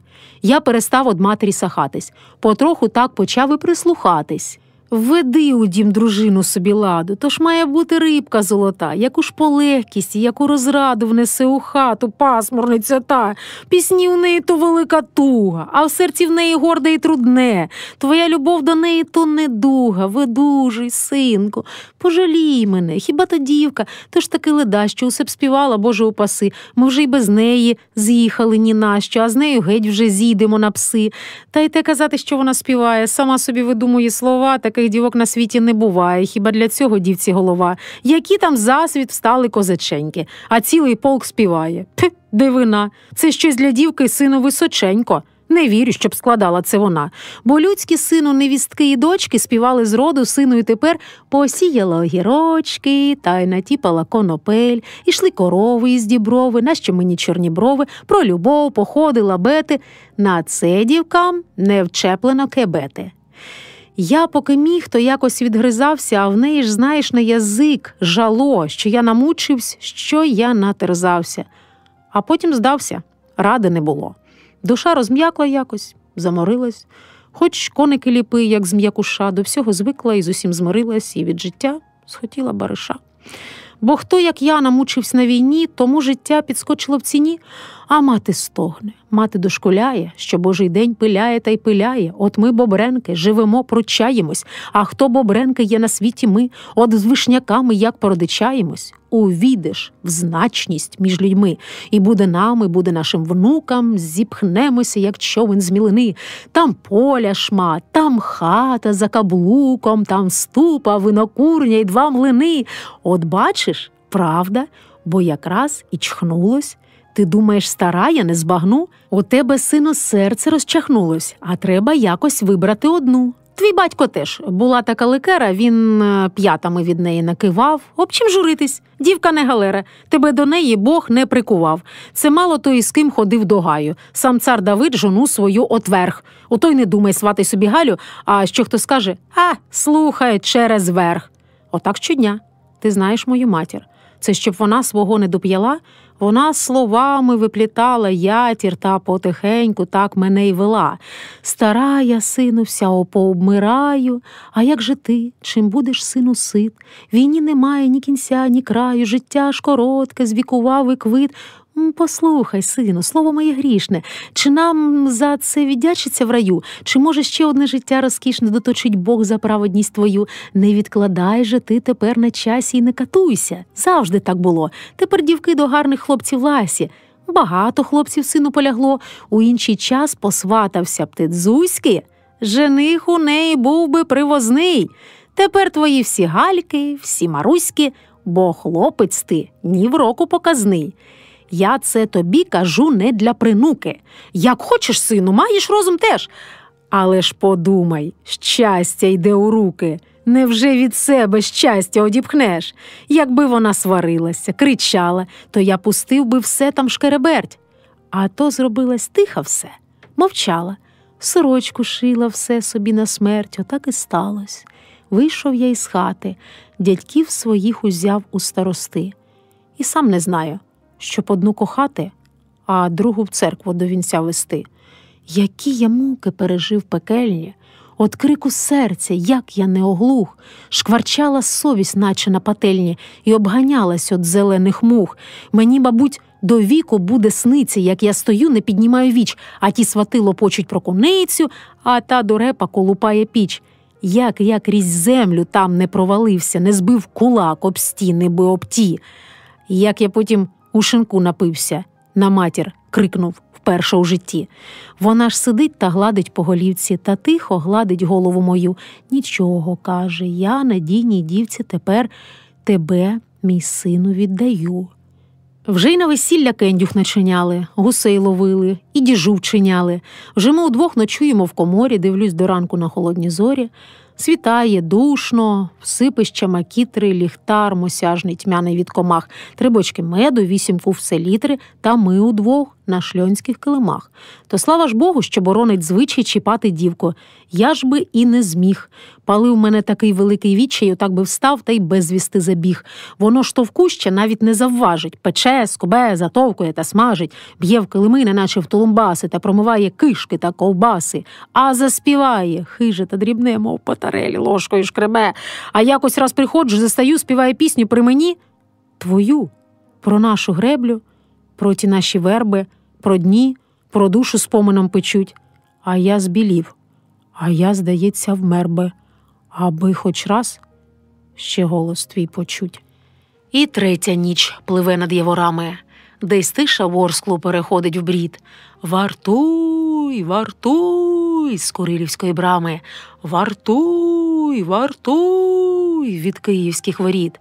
Чогось так сумно, так протягло й лунко стоять залиті місяцем двори. Стара Полтава, як стара чаклунка, йде із клунком з темної гори. Вночі мені все якось наче ближче. Пашить безсонням бідна голова. Всіх обійду, зайду на кладовище, там Гриць лежить, над ним росте трава. Зайду в наш двір, постою біля хати. А що там робить моя бідна мати? Заснула, може, не закривши піч, чи теж безсонне дивиться у ніч? Піду на греблю, там іще постою, погомоню до наших яворів, нап'юся ще солодкого настою тих молодих вишневих вечорів. Як тінь Саулом гнаного Давида, метнуся тихо на воді скляній, Фесько-дозорець ходить, як сновида, в старих млинах на греблі ворскляній. Вдягнула ніч на вікна чорні шори. Все місто спить, суворе й мовчазне. Лише собаки стережуть комори, та ще тюремник стереже мене. Ще й у прозурку дивиться навіщось тюремний кріт, що якось не осліп. Каганчик світить, не дай Бог повішусь, бо то ж би в ката я отбила хліб. Не роздивився, входить, приглядається, чи тут ніхто на гратах не гойдається. Провів рукою в мене по плечу і йшов би спав, чи куди я втечу. Сопе, не вірить, тупає, відходе, мов хтось його веде на повідку. І знову ніч. А де мій хо? Мій хо, де? Зіщулився де-небудь у кутку. Іди сюди, посидимо до ранку, яку залізну маємо фіранку. Це, бачиш, доля виткала для нас, а ніч стоїть, немов іконостас. Біжить, біжить, черяпкається вгору, цок-цок по стінах, вгору вниз. Шматочок неба і шматочок двору, і хо на гратах хвостиком завис. Десь вітер гонить хмари пелехаті. Яка страшна задуха в цій норі. Там під горою в посмутнілій хаті стоїть труна. А там, на тій горі, і пізнє літо, снопики на нивці, гукає мати, бігає хлоп'я. А там у гробі, чи усі убивці, так тяжко задихаються, як я. О, Господи, його вже ж поховали, йому вже всі зозулі відкували. Я сплутала у п'ятницю тоді, коли я ще стояла на суді, його везли, мене вели, якась труна, якісь воли, а хтось подав мені води, а я не знала, хто, куди. А може, я і справді вже причинна? Помер мій Гриць з відкритими очима, тож він мене й мертвою виглядав. І, от страждавши, знов, мабуть, страждав. Бо він же тут лишив мене одну. Я йду, я скоро, я наздожену. Десь, може, там зустрінемося ми, не буде рук, обнімемось крильми. Остатній день. Прийшов священник. Отче, зніміть з душі цей безнемірний біль. Йому людина дивиться у очі, а він її під цю єпітрахіль. Покайся, каже, стежкою гордині тебе ведуть соблазни суєти. От Бога так положено людині, долиною смиренія йти. Покаялась, прощення попрохала за те, що дуже грішною була. Одного разу матері збрехала, одній сусідці сіль не віддала. А що скажу? Свою пригаслу душу чи донесу, як свічечку на страсть? Бог знає все. А батюшці, байдуже, хіба він правду Богу передасть? Пошепотів, як знахарка над раною, молитвою уста поворушив, і властю від Бога йому даною, спасибі отпустив і розгрішив. Скрегоче засувкованих дверей. Пішов собі достойний ієрей. Десь тихо жаби кумкають з болота, лягла на мур вечірня позолота. Прощальний промінь блиснув на стіні, і сонце, як жива істота, єдина, що всміхається мені. Я завтра, сонце, буду умирати. Я перейшла вже смертницьку межу. Спасибі, сонце, ти прийшло крізь грати, я лиш тобі всю правду розкажу. Не помста це була, не божевілля. Людина спроста ближнього не вб'є. Я не труїла. Те прокляте зілля він випив сам. Воно було моє. Я ту отруту з розпачу зібрала. Я змалку знаю, де яке зело. Мені це ще от баби перейшло, її вважала відьмою Полтава. У неї котик був, як чортеня, і чорна доля з чорними очима. Цілюще зілля, отруї, дання – все знала баба. І мене навчила. Я наварила м'яти, драголюбу, не пособило. Наварила ще. Вже скоро день, що їм іти до шлюби. Мене ж пече всередині, пече. Болить моя головонька від самого чола. Не бачила миленького ні тепер, ні вчора. Отак собі заспіваю, наче й не журюся. А як вийду за ворота, од вітру валюся. Любилися ж, кохалися, як голубів пара. Не дай Боже розійтися, як чорна хмара. А найстрашніше, що пече, як жога, перевертає душу від жалю. Невірного, брехливого, чужого, огидного. А я ж його люблю. У неділю рано зілля копала, у понеділок переполоскала. Порятуй від болю, смертонько, ласкава. А вже бобренки з тим усім не крились. Не встигла їм душа й почервоніть. Я зроду не співала на два криласи. Мені було це важко зрозуміть. Якісь у нього появились друзі, Семен Капканчик і Ромашко Струк. Один хоч був десь у великім лузі, а другий зброї й не брав до рук. Десь перебув, десь нишком пересидів, на пасіці чи, може, лободі. Ніхто його у походах і не видів. Оце аж зараз виліз на суді. Було йдуть, Ромашко зарегоче, Капканчик шапку зіб'є на бакир. Мовляв, чого там, діло робоче, усі дівчата на один копил. Уже й мене зустріти не боялись, ішли туди прост задихальний яр. Який жених, такі його й бояри. Бодай би вік не бачить цих бояр. Вже й воду брала з іншої криниці, а вже й не знала, де себе подіть. Дівчата потягли на вечорниці, то я й пішла, щоб дома не сидіть. Вони собі жартують з парубками, а я сиджу самотня при стіні, пряду куделю, не зберусь з думками. В мені умерли всі мої пісні. Вони ж співають про якусь Кирею, про те, що хтось когось занапастив, я оступіла. Гриць прийшов із нею. Мене побачив, очі опустив. Враз поповзли по вилицях рум'янці, очима більше не зустрічались ми. Він танцював із Галею, і в танці, мов щось топтав і нищив чобітьми. Воно було на танеці не схоже. Ті корчі мук у синім кунтуші. Аж хтось тоді сказав: а не дай Боже, так танцювать на виворіт душі. Мінились тіні на чолі блідому, кресак, гопак, вогонь з-під підошов. Я тихо вийшла і пішла додому. Не бачив Гриць, навприсядки пішов. Мені всю ніч в очах це маячило, а після тих проклятих вечорниць пройшло 2 дні, вже добре споночило, аж, Боже мій, заходить в хату Гриць. Якийсь чудний, запалені повіки, пригаслі очі, під очима бриш, Марусю, каже: я прийшов навіки, я на коліна стану. Ти простиш? Я найдорожче сплакала літа. Чого вернувся до моєї хати? Ми ж розлучились. Матінко свята, чи я ж тебе примушую кохати? Коли своїм коханням поступився заради грошей і багатських нив, чи ти тоді од мене отступився, чи сам себе навіки обманив? Себе, Марусю! Не дивись, ворожа, мені ті дні повік не одболять. Тут 2 матерів, твоя й Божа. Хай нас на шлюб вони благословлять. Людей накличем, зробим перепросини, щоб знали всі, хто чеше язиком. Марусю, чуєш, зараз ще до осени поберемось та вступимо в закон. А мати з дому плачуть, затинаються і говорити не хочуть ні про що. А мати кажуть: руки не здіймаються. Іди туди, і звідки ти прийшов? Я зрадив, так, але це більший злочин. Скажу всю правду, ми тепер одні. Кому з нас гірше? Я одводжу очі, а ти у вічі дивишся мені. Я мучуся, я сам собі шуліка. Є щось в мені, так наче не моє. Немов живе в мені 2 чоловіка, і хтось когось в мені не впізнає. І що найтяжче, мука ж моя марна. Бо зрада – діло темне і брудне, а ти – це ти. Ти і в стражданні гарна. Ти можеш навіть пожаліть мене. Або сказати, що хотів, та й маєш, мене вже, віриш, кидає ввісні. Тобі-то добре, ти цього не знаєш. У тебе й мука піде у пісні. Тобі дано й вірити, й кохати, а що мені? Які такі кущі?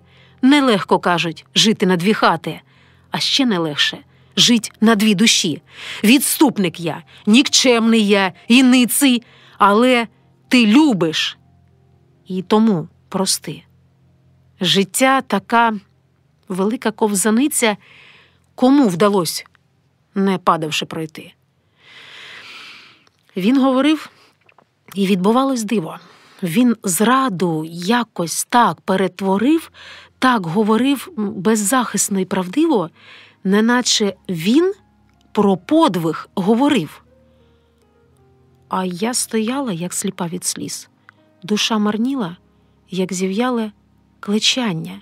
Хоч би мені хто жменьку землі з могили його приніс, натертися проти серця, може б трохи полегшало. Він взяв мене за плечі, звав єдиною, щось говорив про долю, про борги, і що там під Дубно він ще був людиною, а тут він сам з собою вороги. Що Галя Гуска, що й по ній це видно, і все, і годі. Я одне втік, а може й правду кажуть, що ти відьма, приворожила і пропав навік. Бо щоб мене інакше так палило, чого ж я так страждаю і борюсь? Куди б мене в житті не прихилило, а все одно до тебе я вернусь. Ти ж ніч моя і світло моє денне. Вже тут брехать, який мені Хосен, прости за все. Воно таке буденне, а я ж не можу без твоїх пісень. Коли я там і говорив і клявся, я знав одне – збрешу, не помилюсь.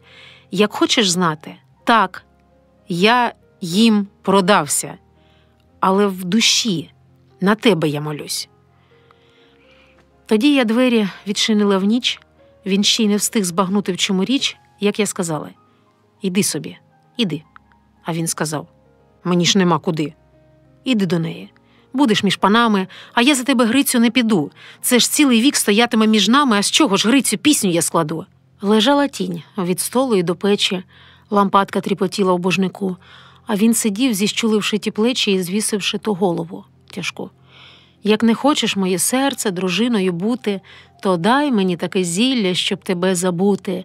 Буду пити через силу, краплі не опущу, тоді я тебе забуду, як очі заплющу». Торкнувся шклянки білими вустами, повільно пив, і випив, і погас. Ой, сонце, сонце, промінь твій останній. Оце і є вся правдонька про нас. А потім суд щодня мене водили, а судді були добрі й не дурні, вони мене по совісті судили, найлегшу кару вибрали мені. Чого було так довго мудрувати і вивертать параграфи статтям? Було б одразу присудить до страти. Найтяжча кара звалася життям. Ведіть, карайте, вішайте злочинно, то я хоч там уже спочину. Хоч там уже дихну на повні груди, побачу зблизька Господа хоч раз. Так буде краще. Важко було, люди, і вам зі мною, і мені між вас. Куди ти хочеш, в пекло чи у рай? Туди, де батько, де чурай. Тюремник вніс у вузлику одежу, щоб я назавтра в чисте одяглась. Яке намисто гарне, хоч подержу, це ще от баби пам'ять збереглась. Воно, либонь, якесь чи не турецьке, таке червоне, аж на мене жаль. Чаклунське, кажуть, інеєм береться, коли людину кидає у жар. Могла б я одягти і сірячину, під зашморгом усе вже до лиця. А мати вклала білу сорочину і чоботи, узяті від шевця, черчату плахту, ще й якісь прикраси, червону крайку в смужки золоті. А як же? Смерть – усе-таки це праздник, який буває тільки раз в житті. Розділ 4. Гінець до гетьмана. Тим часом гінець доганяє світання, і клаптямі ночі доточує дні, і кожна хвилина здається остання, і крихта надії кричить йому ні. Оскільки нам, Боже, ти степу одміряв, долини і кручі, якби навпростець, Трубіж, Переяслав, Дніпро, Трахтимірів. Невже я не встигну, невже це кінець? У Києві пекло, у Хвастові чорно, кипить і клекоче усе за Дніпром, коли б хоч не пізно. Якби позавчора, який він повільний, це клятий пором. В полях Подніпров'я, от крові обдутих, де завжди хтось цілить тобі межі плеч, коня поміняти в козацьких радутах і мчати крізь день і крізь ніч, скрадатись, як звір у корчах побережних, задихану втому звіряти лісам. Я зроду ненавидів тих обережних, сьогодні, тепер обережний і сам. Уперше в житті, за весь вік, за це літо, уперше в роду, де не знали страху, я вижити мушу, я мушу вціліти, я мушу об'їхати смерть на шляху. Прости мені, земле, простіть мені трави, не дбав я про славу, не дбав про майно. Я мушу вернутись живий до Полтави, а там хоч і вмерти, мені все одно. Неси мене, коню, коли б хоч не пізно, шляхи перекриті. І варта не спить, якщо я впаду, неврятована пісня, задушена пісня в петлі захрипить. Над білою церквою смуга багряна, і змилені коні аж лука стають. Усі до Богдана, і всі от Богдана, із тьми виростають, і в тьмі розстають. Спіткнувся мій кінь об димучі руїни, чи в таборі гетьман? Якби хоч знаття, тут, може, йдеться про долю країни, а я про чиєсь там одненьке життя. Гетьман підняв безсонням опалені очі. Гетьман сидів за похідним столом у шатрі. Троє старшин у рубцях у кривавому клочі прямо із бою говорили про бій на Дніпрі. Писар Виговський сидів над листами поточними. Кожної миті хитнутись могли терези. Гетьман підписував ще один лист до Потоцького. Гетьман приймав посла від Карач-Мурзи. Табір не спав, готовий піднятись щомиті. Іскра війшов, шатро вже було без дверей. Світло свічок у трійчатих шандалах із міді тьмяно сахнулося в чорних крилах кирей. Змовкли старшини і стихли справи поточні. Хитрі посли переставили вуха словам. Гетьман підняв безсонням опалені очі. «Полк у дорозі», – з порога сказав Іван. «Іскро, Іване», – Хмельницький підвівся з-за столу. «Дяка Полтаві, прислала такого гінця. Щось мало статись твоєї печалі достойне?» Іскра промовив. «Полтава карає співця». Вислухав гетьман. Спитав про підстави й причини. Джурі звелів подбати про гостя як слід. Зміниш коня, і хоч трохи хай відпочине. Раптом замовк і великою тугою зблід. Посли устали з липової лави. Блигомий світ врокитний з Полтави. Буває ближче з іншої країни, ніж тут, на Україну з України.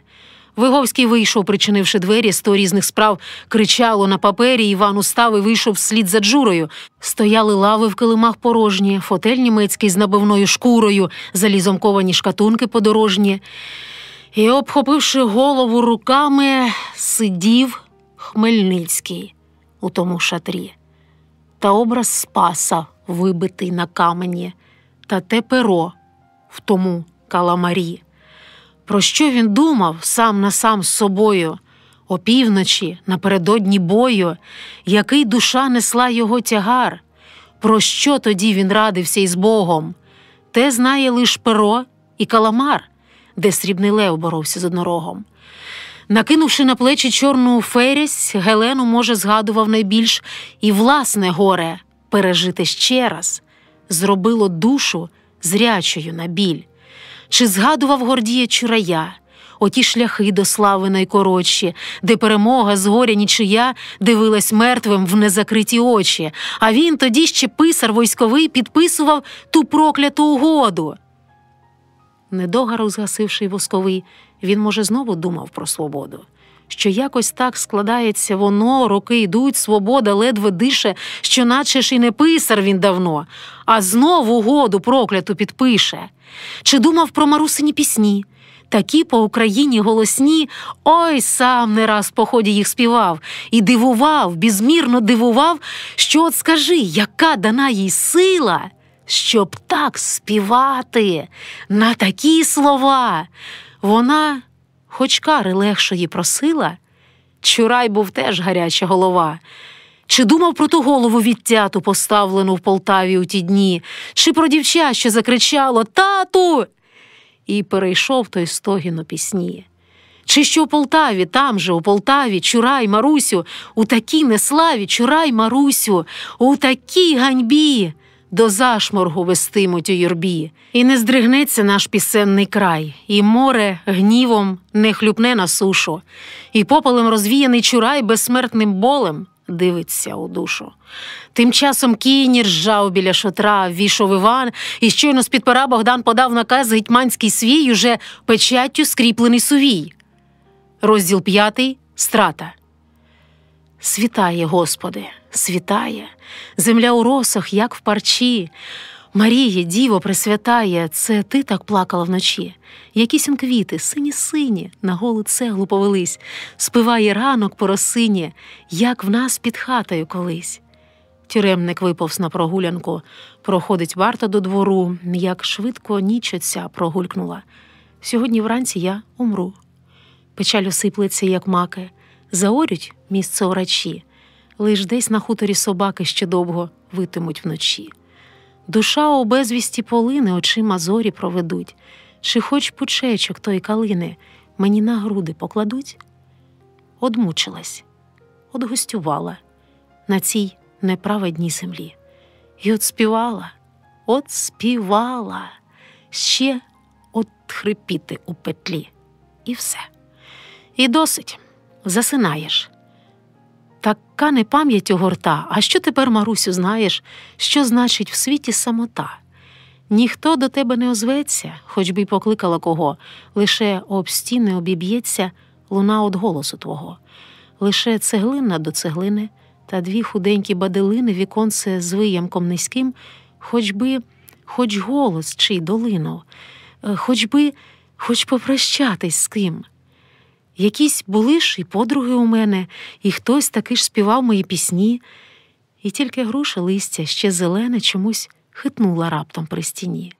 За мур вхопились рученята, зійшли над муром оченята, блакитні, карі, чорні, сірі. Я заніміла з того дива, а діти грушу так обсіли, мов груша ними і вродила. Очиці сяють, подих затамовано, тріщить гіляка, хтось аж полетів. Ти бачиш, де? Не видно. О, тамо вона. А ти справді відьма. Ой, так нема ж чортів. Послухай, відьмо, а лови на грушу. А де ти спиш? А їсти там дають? Ховайся, відьмо, йдуть по твою душу. Уже підходять, на поріг стають. Оце і все. З людьми моє прощання. Ці діти, цей ласкавий рій, спасибі вам за дерево пізнання. Оце єдине, де безсилий змій. Брящить залізо. З кам'яної пітьми хтось тишину вигупує чобітьми. І входить смерть, вона в людській подобі. Не ридай мене, мати, зрящі в огробі. Не ридай мене, мати, зрящі в огробі. Біля воріт юрмилися цікаві. Чого вже там ті люди не верзуть? Вже кат прийшов, аж грухнуло в Полтаві. Везуть, Марусю, людоньки, везуть!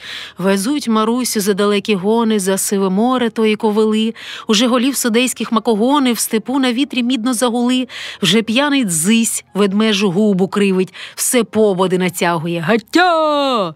А там в степу, як привид, стоять оті ворота в небуття.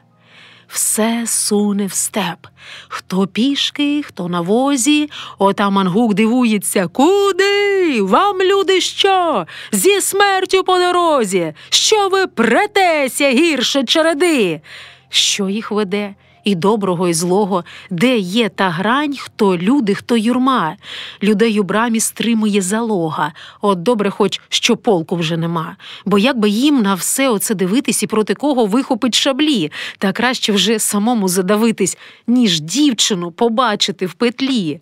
Лесько Черкес той мало що не плаче. Є в нього кінь і шабля, є крива, Пушкар сказав.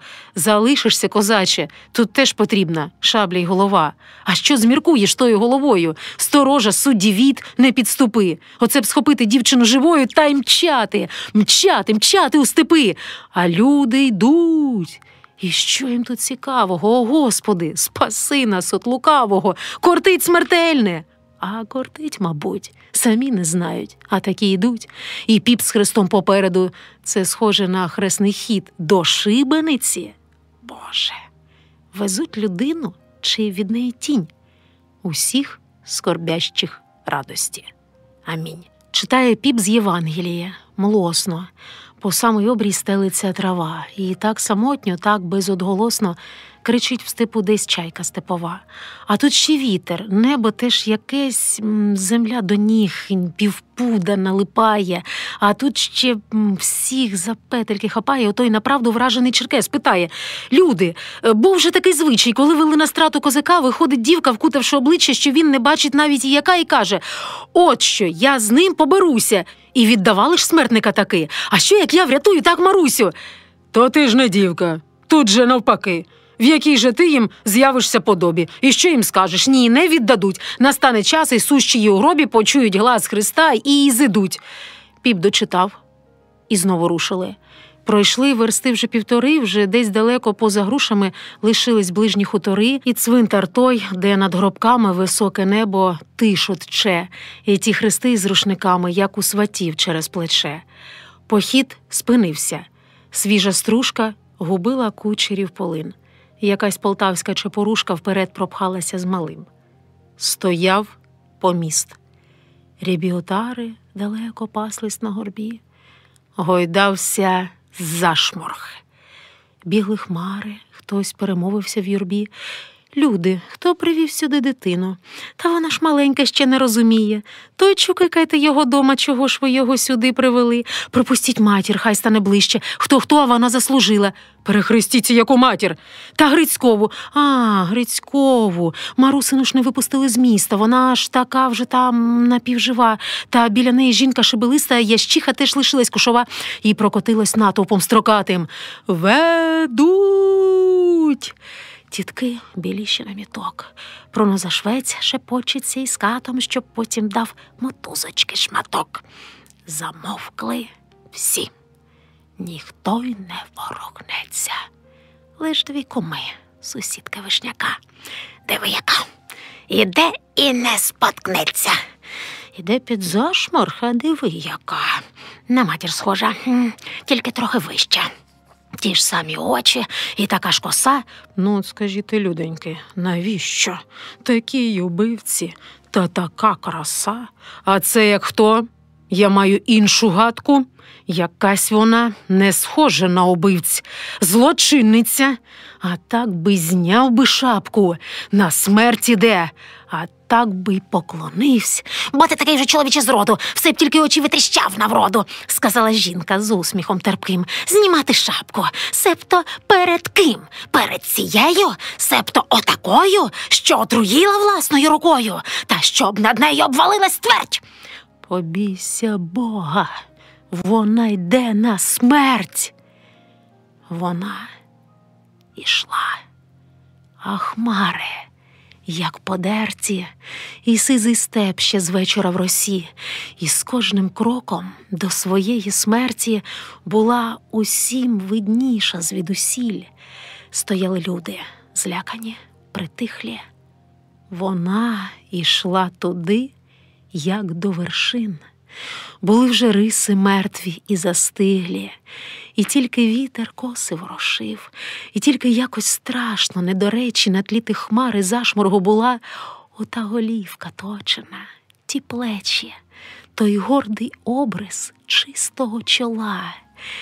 І в тиші смертній, вже такій аж дивній, коли вона цілує образок на тій високій шиї лебединій того намиста.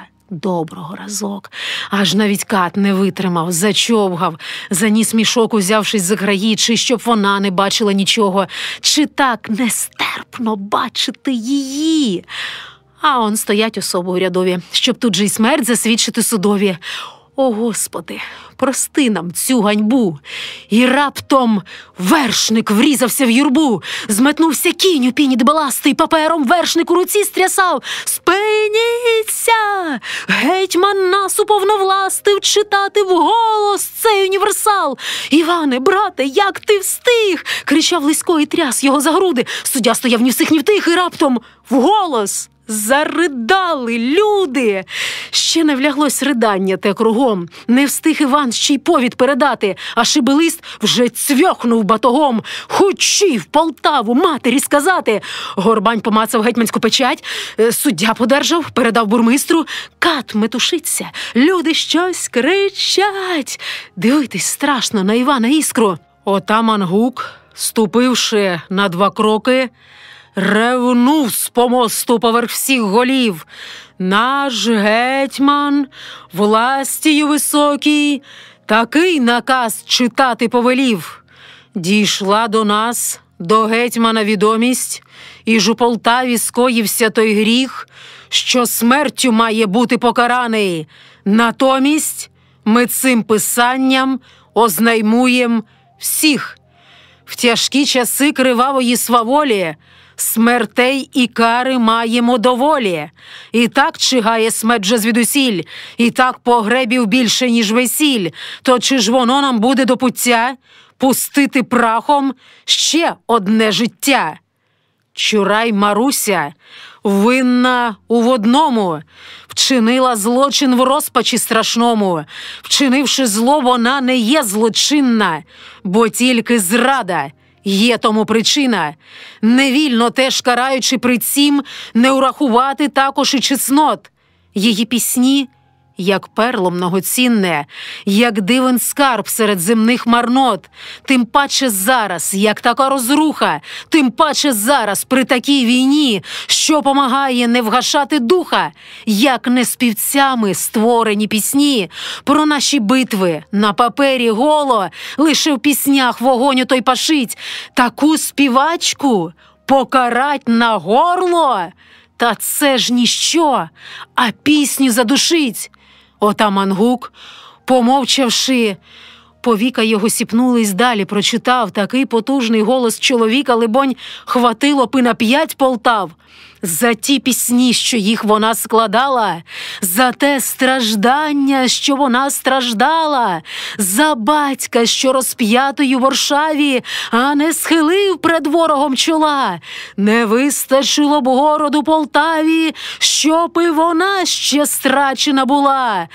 Тож відпустити дівчину негайно і скасувати вирока того, а суддям я таку даю нагану, щоб наперед, без відома мого, не важились на страти самочинні, передовсім освідчили мене про кожну страту по такій причині, що смерть повсюди, а життя одне. Універсал прочитано публічно, щоб справу тую уморить навічно. Оскільки ж трохи не дійшло до страти, і смерть свою вона пережила, то впрот не вільно пересуддя брати, бо вже вона покарана була. Гойдався зашморг, він вже не потрібний. Юрмились люди, добра новина. Сміявся Тесля головою срібний, що не згодиться тут його труна. Підбіг Іван і в розмах свого росту збив ту драбину смертницьку з помосту. Якісь жінки вже бігли до Марусі, чиєсь юрбігу цикало дитя. Вона стояла, мов застигла в русі, уже по той бік сонця і життя. Такого ще не чувано ніде. Її пустили, а вона не йде. А може, помішалася, Іване? Хоч тебе послуха, підійди. Вона стояла, і над головами уже пливли осінні холоди. І не було ні радості, ні чуда, лиш тихий розпач. Вмерти не дали. Їй говорили, а вона не чула. І тільки коли матір підвели, вона відразу наче спам'яталась і отхитнулась від стовпа того. І якось наче здалеку верталась чогось вперед руками, як сліпа. І ще бліда, і ще мов крейда біла, а наче й усміхнулась лебеділа. От, бачте, мамо, все все і обійшлось. І цілувала матері волосся. Розділ 6. Проща. Чвяхкотіла земля у старих постолах, похилилися верби в осінньому шматті, повезли мою матір на білих волах, неоплакану матір, неоплакану матір. Спочивай, моя мамо, там легше тобі, там ніхто не завдасть невигойної муки. Я йшла за тобою одна, у юрбі. От і всі твої, мамо, і діти, і внуки. А нікого нема на землі, ні єдиної гілочки нашого роду.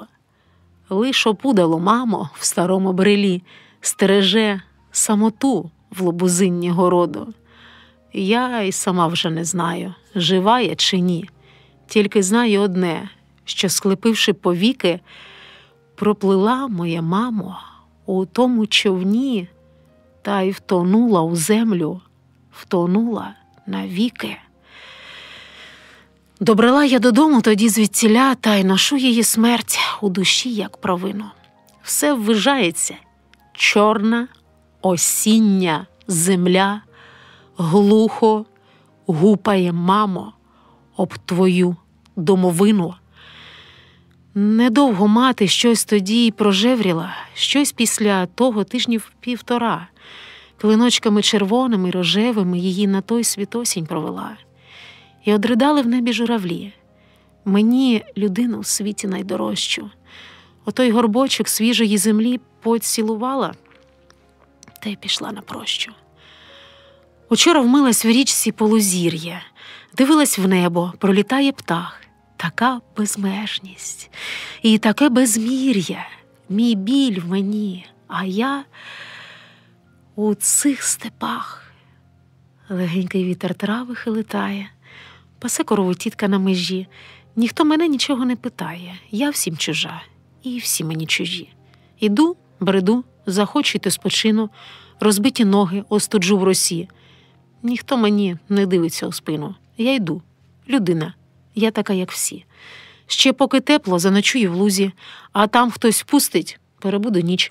В хатах щебечуть діти голопузі, чомусь як гляну, однімає річ. Щось надломилось в голосі тремкому, дорога, степ, усе як в тумані. Он ще прочани, і, мабуть, нікому немає гірше в світі, як мені. Учора хтось жалів мене причинна, така тепер я чорна і худа. Така хистка тепер моя хода, вбираю світ порожніми очима. Буває, часом сліпну від краси. Спинюсь, не тямлю, що воно за диво, оці степи, це небо, ці ліси. Усе так гарно, чисто, незрадливо, усе як є, дорога, явори. Усе моє, все зветься Україна. Така краса висока і нетлінна, що хоч спинись і з Богом говори. А степ уже сивий на поминках літа, осіннього неба останні глибини, і гілка суха, як рука кармеліта, тримає у жмені оранж горобини.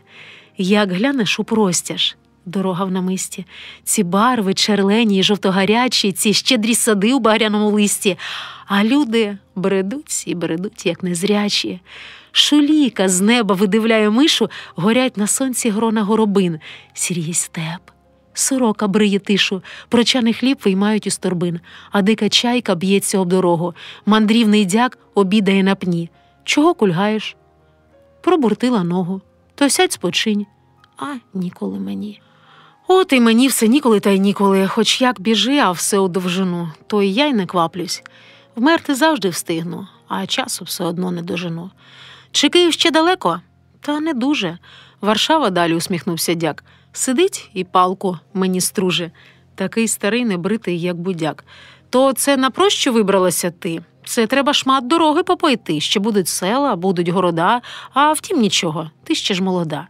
Але чогось така вже як обвуглена, якась така, мов знята із хреста. Тут, каже, палка буде не обстругана, а тут ми зріжем, каже, бо товста. А я дивлюсь, чужа мені людина розійдемось чи стрінемось коли. Хотіла жити, а життя не вийшло. Хотіла вмерти, люди не дали. А він мені: моя ти, голубичко, страдання, як кажуть, возвиша. От я й дивлюсь, що в тебе ж таке личко, що в ньому наскрізь світиться душа.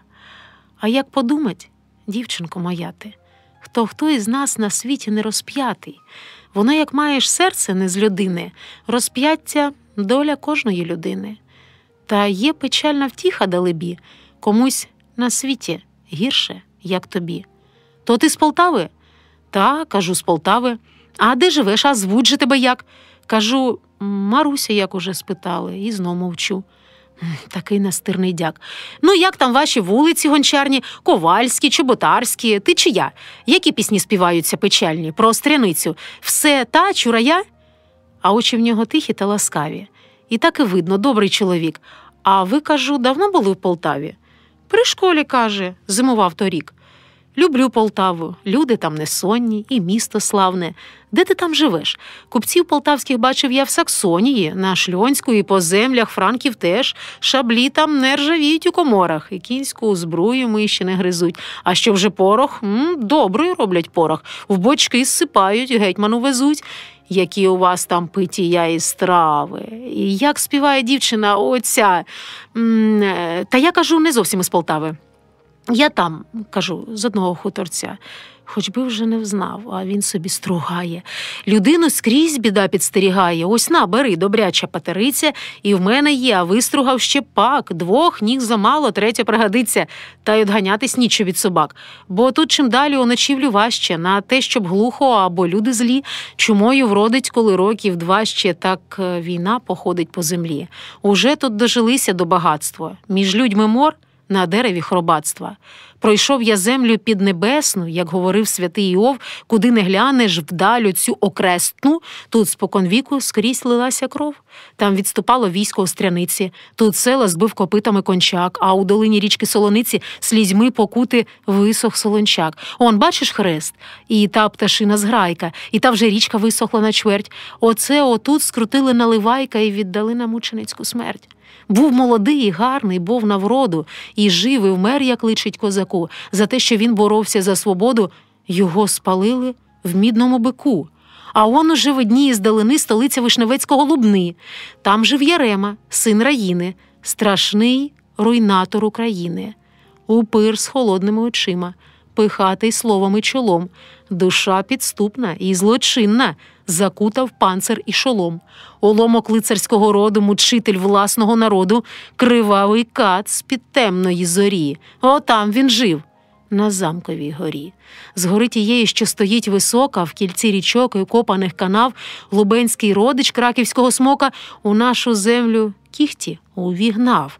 Бенкетував, сідав на шию хлопу, пускав дівчат по світу без коси, стріляв козуль, возив пшено в Європу і на поташ випалював ліси. Загарбав край, неначе від Умерщину, і брав за все, живе і неживе, за дим, за торг Ставщину, Сухомельщину, спасне гребельне з воза Рогове, обклав податком вулики, броварні, степи, луги, ливади запосів. В монастирях, обладнаних під псарні, святі ченці удержували псів. Тримав усе оружною рукою, був кам'яніший від своїх твердинь. Горіли села, кров лилась рікою, коли тікав степами на Волинь. А вже в Лубнах нема ні Бернардина, вода усохла в замкових ровах.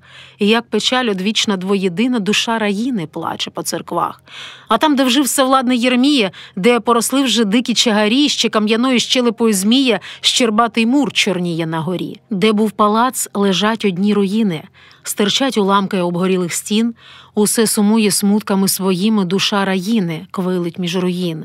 І тільки хмари пурпурові, і при дорозі мальви і терни, і на губах, як вічний присмак крові, столиця Вишневецького Лубни. Вже ледве йду, боюся, що пристану, Лубни минули, є ще трохи дня, і як пола подертої сутани накрило місто чорне вороння, і знову степ, і знову даль розлога, і я мовчу, і дяк уже мовчить.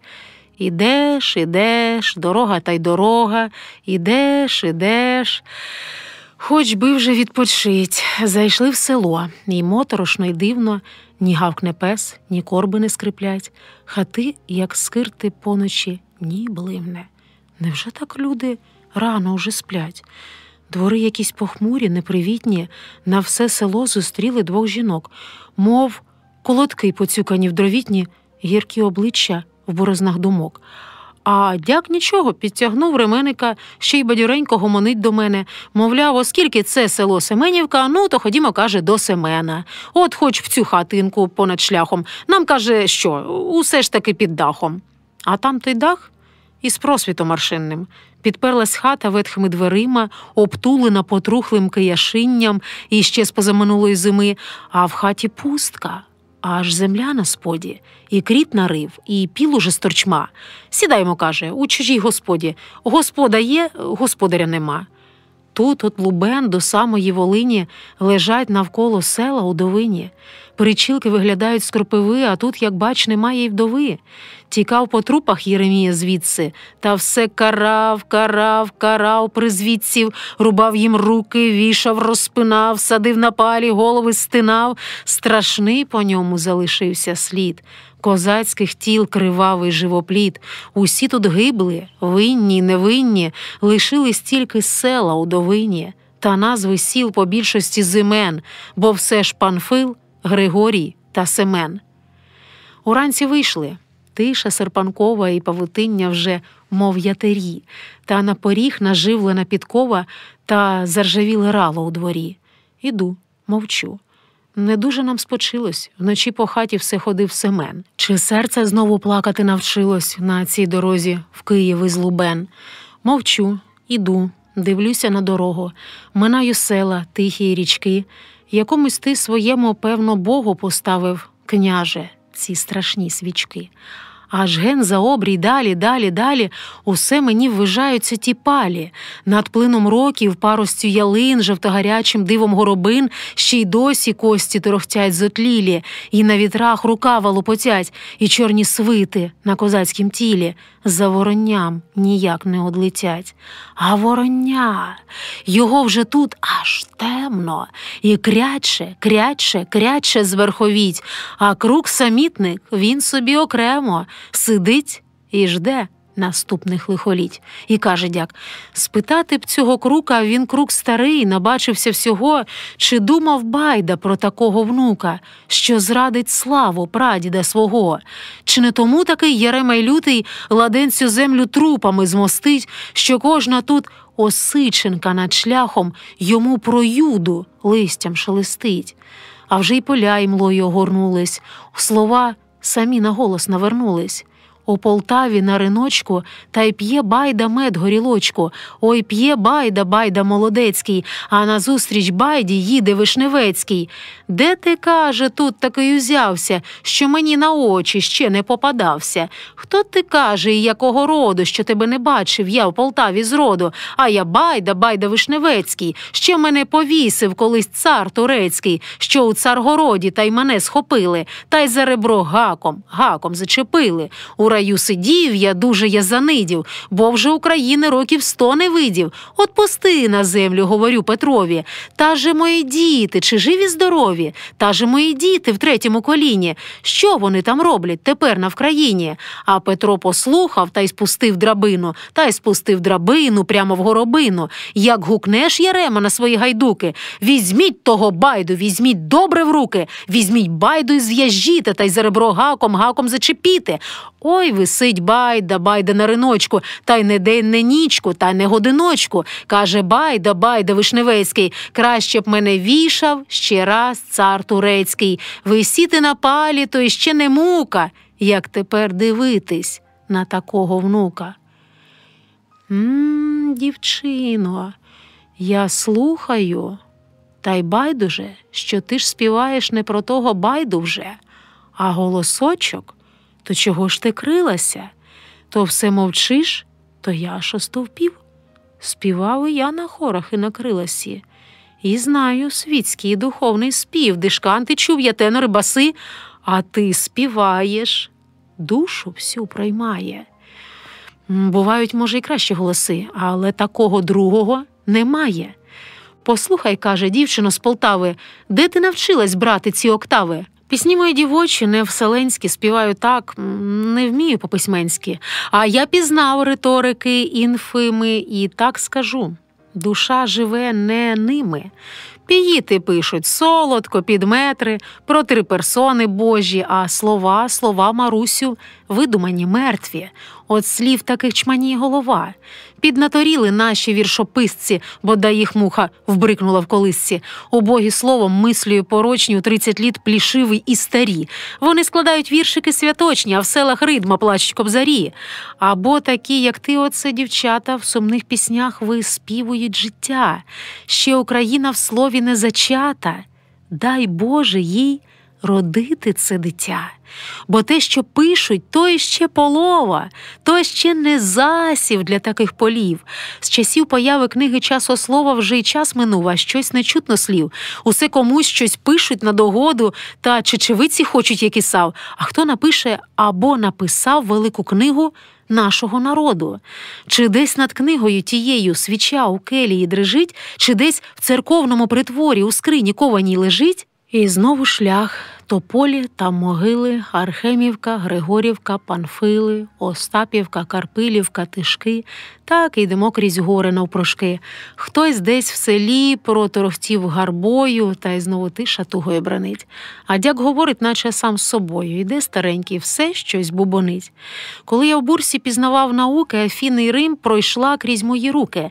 От був народ, що римляни, що греки, на всі віки нащадкам запасли. А ми, хоч би які лелеки Гомера нам в колиску принесли. Усі віки ми чуєм брязкіт зброї.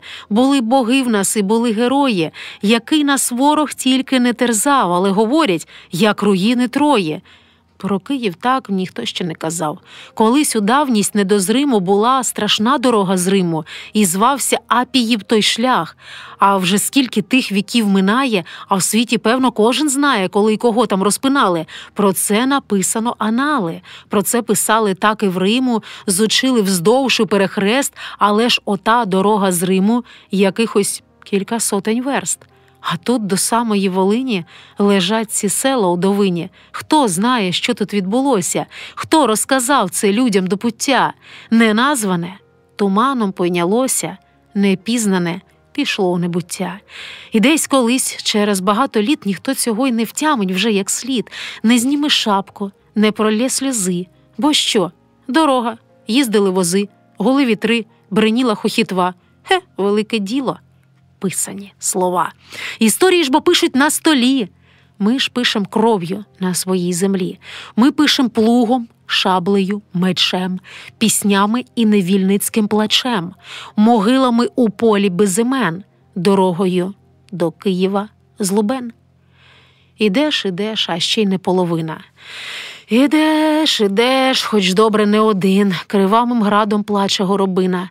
Пливе туман, як білий лебедин. Стоять ліси смарагдові руді, після дощу надовго крапелисті.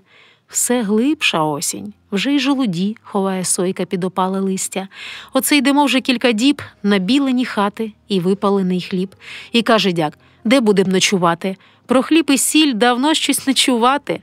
От я мандрую, хоч уже й не молод, земля велика, радості нема, ускрізь біда. Не тільки вщався голод, но й недугів смертоносних тьма. Вмирають люди, діткнені хоробами, Господь гробами землю поразив, поля засіяв воями хоробрими, а не хоробрих геть переказив. А тут ще та комета велетенська, що наче в небі схрещені мечі, і голий вовк явився біля Смоленська, і їсть людей. І виє уночі. Ну, вибачай, нагнав на тебе жаху. Та ти не бійся, я вже не обтім. Хоч би яка кормошка біля шляху, аби який странноприємний дім. Тобі, голубко, хоч води напиться. Підійдеш перша, може не злякаються. Ще буде й гірш, чим ближче до столиці, то тим міцніше люди замикаються. Пустіть хоч дівку, що це вам зашкодить? Чи жалько вам соломи околіт? Хтось пробурчав. Багато вас тут ходить. Хай Бога простить, такий тепер світ. Гонорували нас пристойно. Так під дверима і простоїмо? Ти тільки той, ти не впадай у відчай, ще поки є погривина трави. А як Ісус, син, каже чоловічий, не мав де прихилити голови. Та й те сказати, морове повітря, і хто там знає, звідки ми йдемо. Немає місця, людоньки, повірте, самі у хаті, покотом спимо. У того діти, в того породілля, у того баба хвора на печі. Бояться люди, море де з Поділля, дарма у вікна й стукати вночі. Зчерствіли люди от всіляких лих, неволя давня дужче роздвоїла, розширю страх мій на землі живих, як сказано у пророка Даниїла.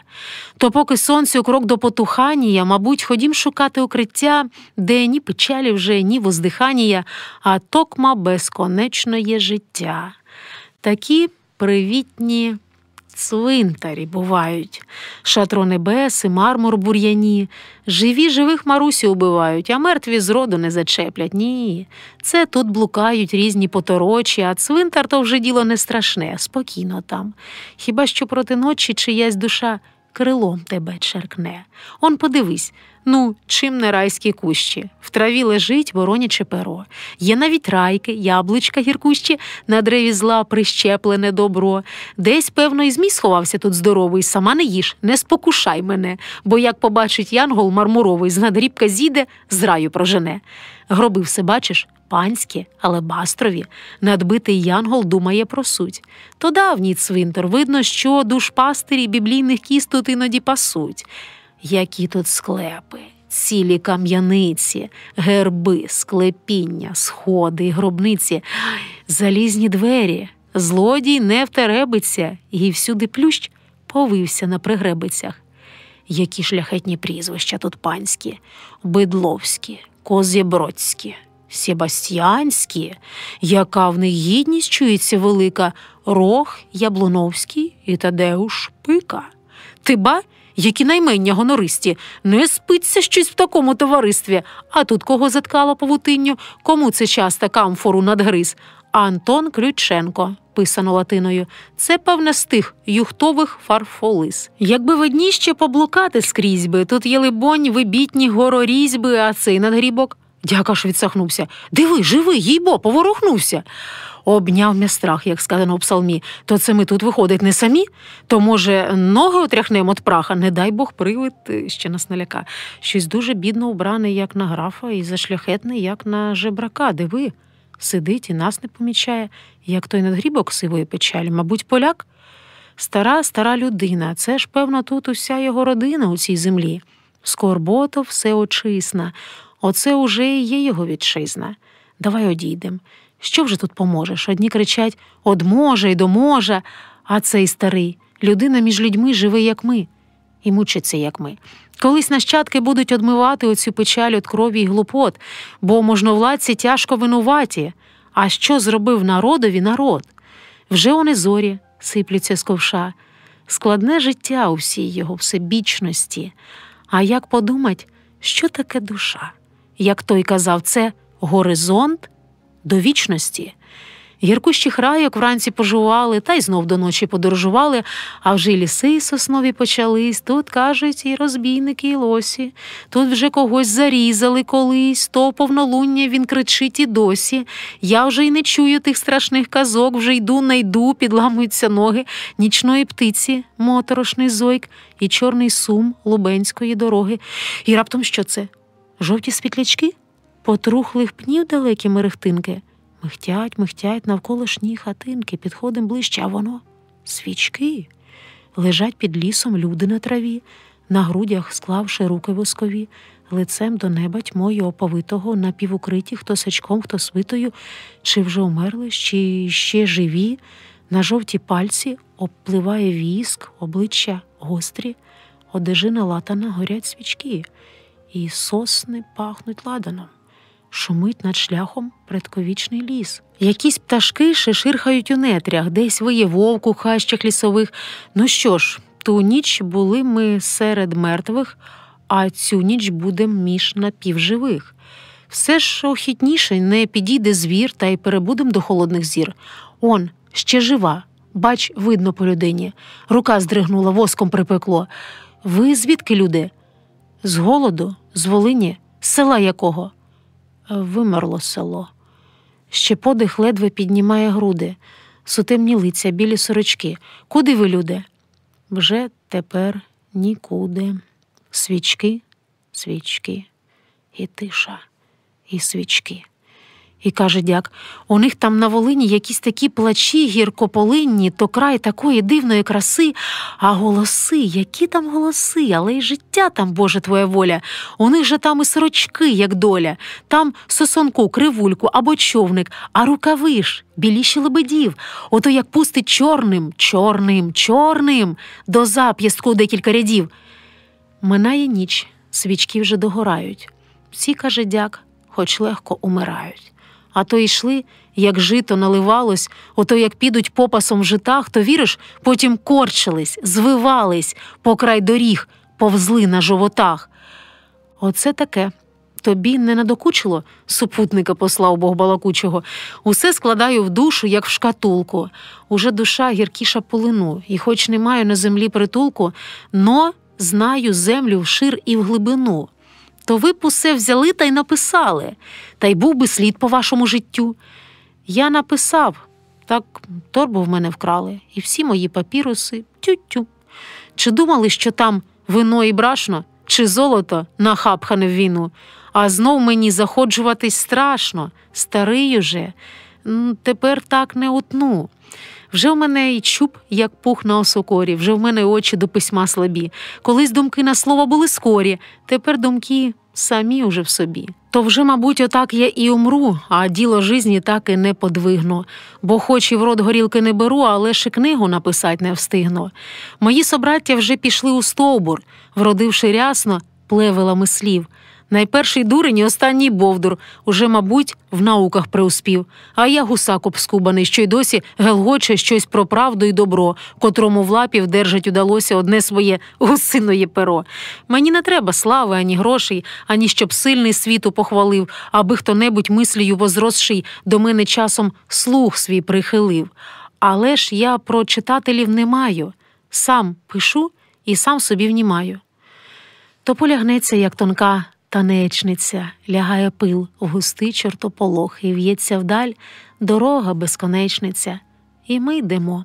І добре нам удвох, бо він бреде, а я собі кульгаю. Він гомонить, а я собі мовчу, уже й на палку дужче налягаю, і соваю торбину по плечу. А він іде, милується дорогою. Він молодий, йому іще не 100.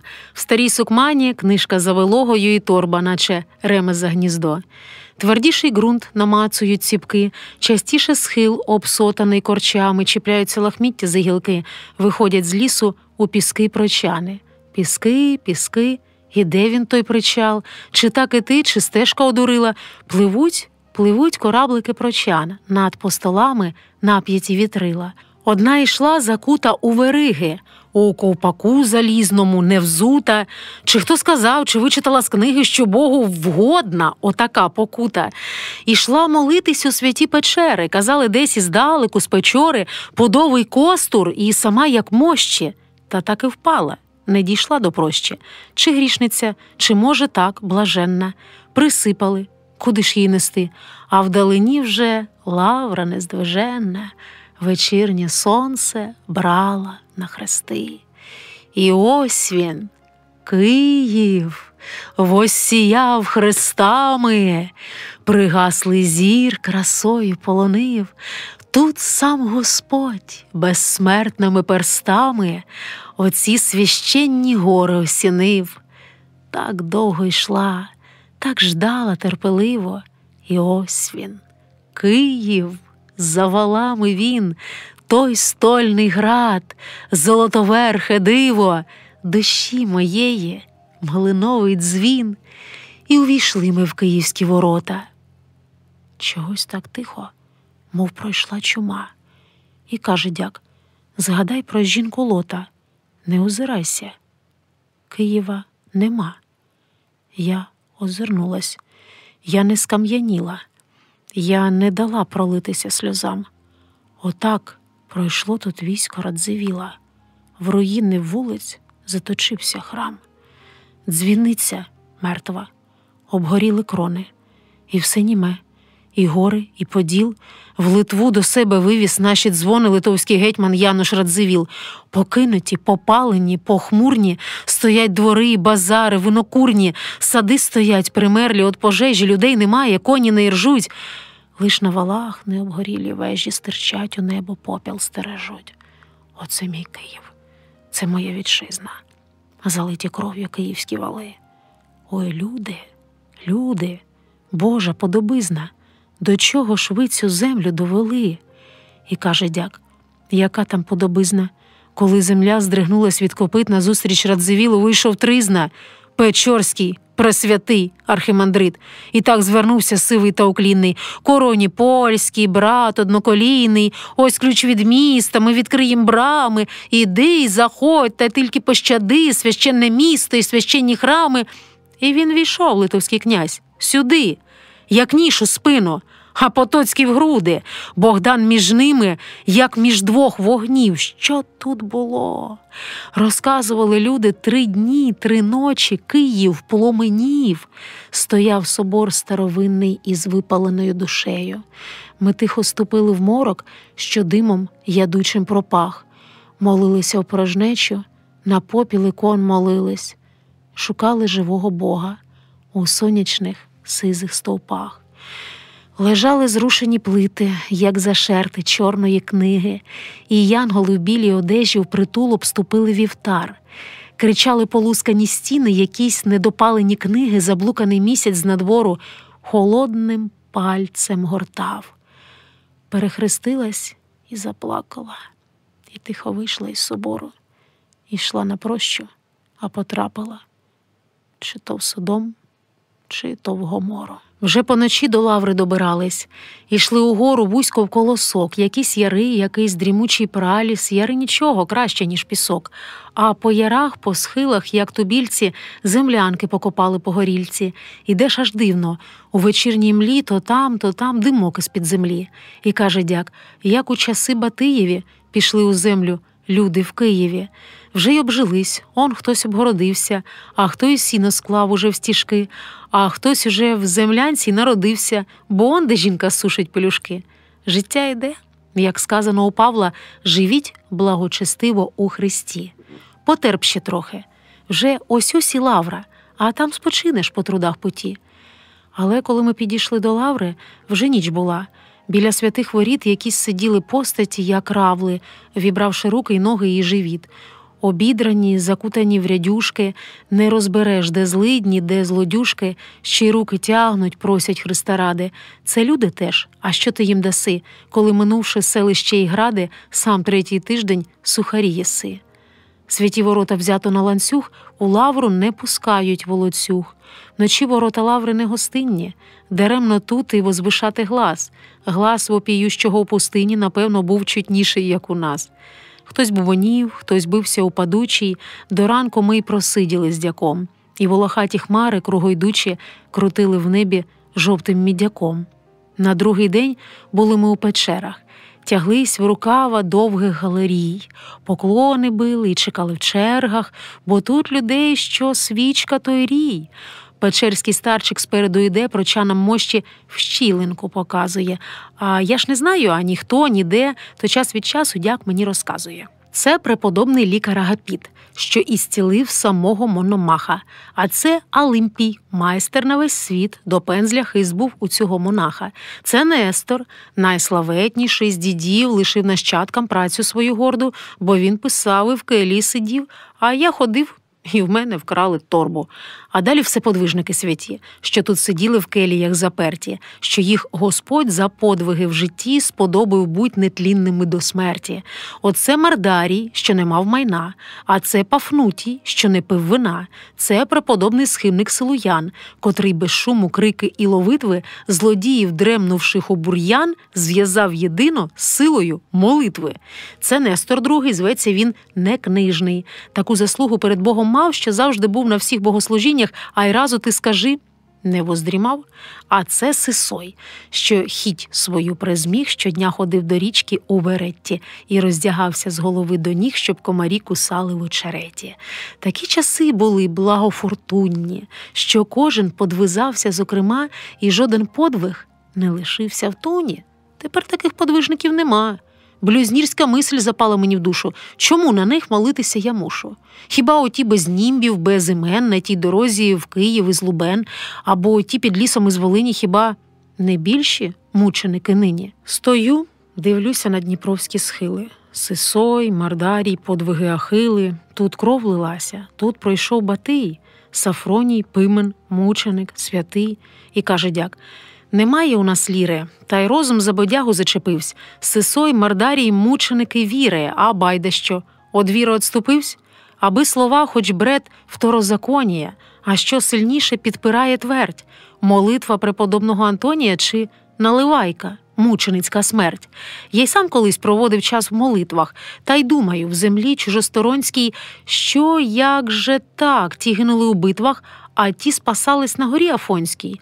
3 ліси взяти, сотенне містечко – це ж ось недавно, це ж ось недалечко, за кілька днів ворожої облоги ні жителя живого, ні залоги. Було містечко, а підходиш ближче – нема нічого. Тиша, попелище, лиш ходить смерть з кривавою косою, а ти прийшла молитися сисою. Сидів подвижник, як ведмідь у гаврі. Вже тут книжки друкуються у лаврі. Оно пройди під вікнами друкарні, які листки просушуються гарні. Це ж скільки там нового, дивовижного, а він тобі про Нестора некнижного. Вже скрізь у нас є різні школи братські, пів України сироти козацькі. Од Лохвиці до самої Молдови пів України то козацькі вдови. Дітей без мужа ставити на ноги ні захисту в житті, ні допомоги. Такі ж гіркі, такі ж безоборонні, а їм все теж про подвиги Февронії. Ти, певне, ще була тоді малою, як пролітала зірка із мітлою, а це було в той год страшний, коли 5 старшин козацьких розп'яли. І голови, хто звідки родом, поставили перед народом. То жінка та хорунжого чи сотника, що під стовпом лежала нежива, то можна їй про Симеона столпника, що на стовпі мережив кружева. Ох, не такою я була й малою, коли летіла зірка над Солою. Це ж він про батька, це про Чурая, це ж мати там лежала так моя. Була зима. Якраз після водохреща людей зганяли з усієї Полтави, щоб всі ж дивились на таке видовище. А мати крижем лежала, примерзали коси до снігу. На все життя, допоки я жива, мені в очах той сніг та голова. Чого ти плачеш, дяк мене питає. Кажу, нічого. Листя облітає, та так кажу, заплакалось само. Вже люди вишнурковуються з церкви, а ми з дяком усе ще сидимо. А я вже, каже, черствію з годами. Вже вечоріє, вже, мабуть, ходім. Десь там, за монастирськими садами, напевно ж, є странноприємний дім. Знайшли той дім десь на задвірках лаври. В 2 дошки збитий стіл і вичовгані лави, духота сиза, як відьомські коси, аж пломінці на гнотиках дрижать, і богомільців цілі стоси перед очима предлежать.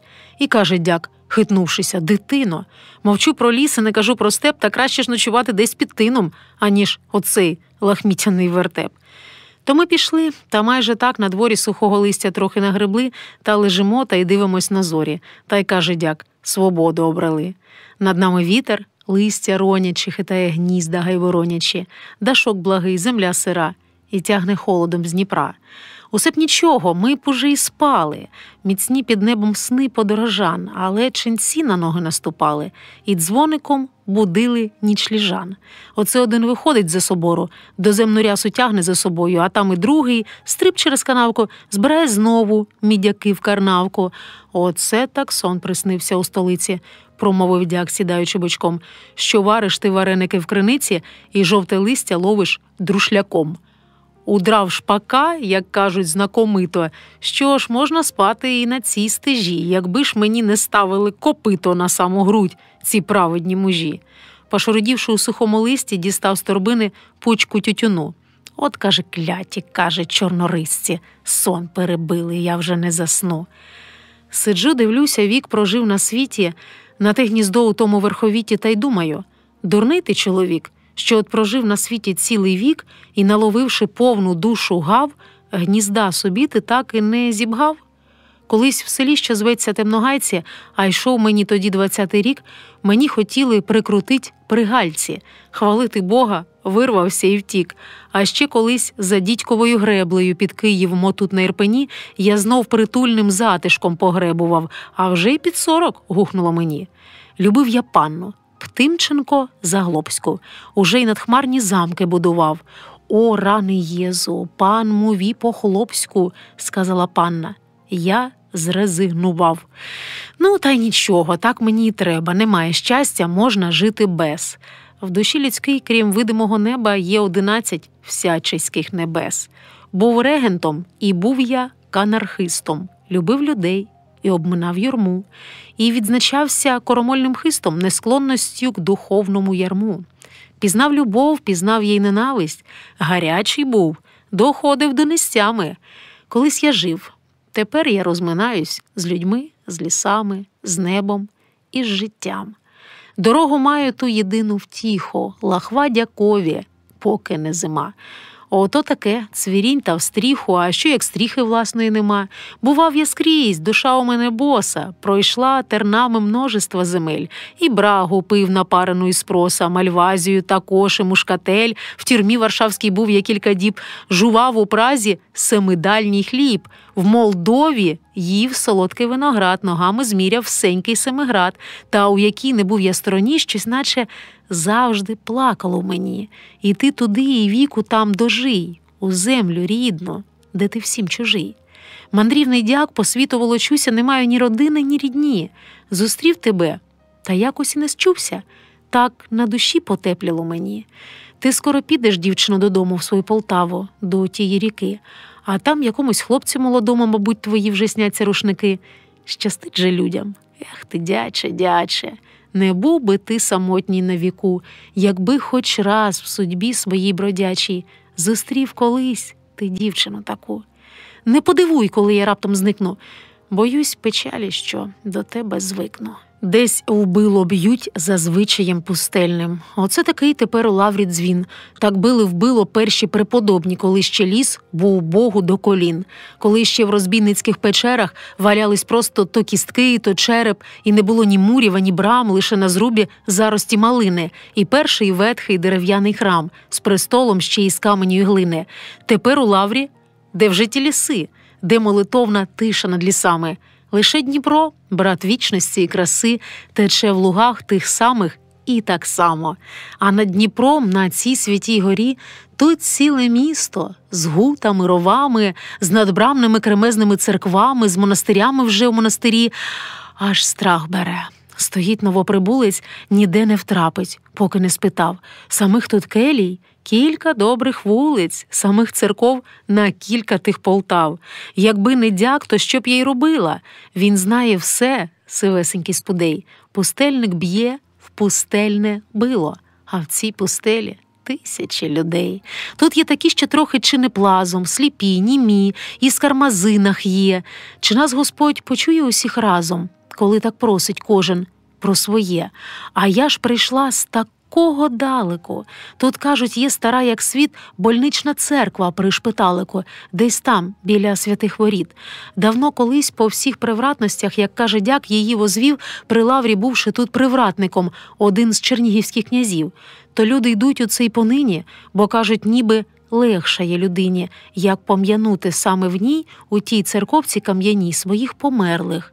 Пом'яну і попелом розвіяного батька, і матір, що збилає у труну, тих, що душа не виговорює, Гордія, Ганну і Григорія. Мені б молебень відслужити, жива, то якось треба жити. Останню ніч то й ми вже не спали, і знов ченці на ноги наступали, бухикав дяк і дощик моросив. Ото, мабуть, грязюку розмісив. Зітхає дяк, бурмоче. Хе-хе, холодний світ, бодай йому лихе. В життя приходиш чистий і красивий, з життя йдеш заморений і сивий. Мабуть, під ранок я таки заснула. Така мене утома огорнула. Якийсь короткий, нечутенний сон. Прокинулась від крякання ворон. Дашок дірявий, дощана стіна, дяка немає, тиша. Я одна. А на саквах лежить мені обнова. В червоні квіти хусточка тернова. І ранок був, і дощик моросив, вже й дуб ту хустку листям притрусив. Пора й мені, пора.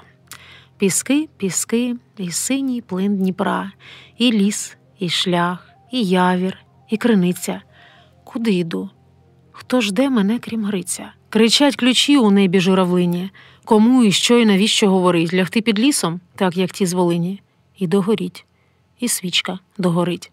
Але йду, розмотую дорогу, була на прощі, помолилась Богу, купила в лаврі кілька свічечок, зустріла добру у житті людину, і з тих усіх дякових балачок усе частіше згадую єдину, ту найсумнішу втіху далебі, комусь на світі гірше, як тобі. А вже й ті села, як одні могили, потрохи вже й доходжу до Лубен, Григорівка, Семенівка, Панфили, святий Григорій і святий Семен. Розділ 7. Дідова балка. Зима старенькі стріхи залатала, сніги рожево міняться в полях, на всі ворота замкнена Полтава козацьку чату вислала на шлях. Їх кілька душ, у них далекі очі, між ними іскра і лисько черкес. Сніги, сніги, сліди ще тільки вовчі, порожні степи, тиша до небес. Гризуть вудила коні з нетерплячки, поривчий вітер вихолку несе. Сніги, сніги, з якої б то болячки так тихо все, і тихо так не все.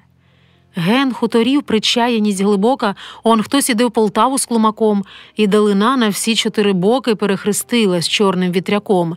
Стара моя Полтавонько, Олтаво, щоразу по загладі молода. Ох, скільки дзвонів тихо тколотало, коли тебе пустошила орда. І як літали стріли половецькі, і клекотіли степові орли минулих літ великодні, мертвецькі, тебе густим мовчанням облягли. І що лишилось від твоєї вроди? Безлюдних дворищ виляглі тини, між попелищ некопані городи, де рили землю дикі кабани. А потім знов на тому потолочі, несіяні, мов квіти і трава, пробились люди і протерли очі. Полтавонько, ти все-таки жива? Плакучі верби сплакали у воду гірку пилюку, от болілих літ, з підземних нір зацьковану свободу попід руки ти вивела на світ. Позаростали рутою руїни, і знов твій голос тугою примовк. В твоїх лісах над водами твоїми своїм богам молився князь Витовт. Зминули дні. Ти старшала роками, йшла у небо і вростала в ґрунт, тебе обняв залізними руками чужий король неситий Сигизмунд. І знову підяремна. Чи вже собі ми ради не дамо? Що ж вишневецький виродок Ярема свій власний кат запріг тебе в ярмо? І знову захід, наче багряниця, і знов надія в розпачі оман, де впав Павлюк, там виріс Остряниця, і всі кайдани розірвав Богдан. І знову лихо, не пройшло й году у Білій церкві складено угоду, і знову ти лишилась на поталу, і знову панство суне на Полтаву. Щоб знов тебе поставити навколішки, щоб ти була рабою, як колись, он знову люди з хуторів навколишніх в твою фортеці степом потяглись. Іде, біжить усе, що є живого, жене корів, кульгає до узбіч. О, давнє місто звикле до облоги! Яка тривожна буде в тебе ніч. Козацька чата дивиться на шлях, по самий обрій порожньо в полях. Тепер пани хай пройдуть хоч облавою, то вже стоять покинуті двори, людські осади за Полтавою, поодинокі хутори. Пустеля, степ, ворон голодні гвалти, нема кому і з ким заговорить. Лише димок із дідової балки курить собі у небо, та й курить. Там дід живе. Той самий дід Галерник, немрущий дід, самітник і химерник, що років 20, бувши у неволі, уже ж коли вернувся, а й тепер, що не різбить, у нього мимоволі подібне до манесеньких галер. Ложки, ковганки, різні голянички, миски косарські з вухами, сільнички, а вже таку різьбовану й ловку ніхто, як він, не зробить салатовку. То винесе в Полтаву, то по селах, як не замети, звісно, й не дощі. Отож в турецьких дідових галерах Полтава і затовкує борщі. Ніде й душі уже на виднокрузі, і тільки з балки дідової дим. Це ж, певно, він у тій своїй ярузі на цілий степ залишився один. «Гей, діду, діду, от дороги близько! Гей, діду, діду, як ви там, живі?» Та й те сказать, хіба це перше військо у мене пройде тут по голові. Присунув пень, це в нього заослоник, та й сів стругати з липи ополоник. У хаті тепло, пахне деревиною, коріння повно всякої різьби, під сволоком між маком і калиною шматки сухої липи й верби, сказав Іван. Казали, добрі люди – це ж місяць грудень, літо ще коли.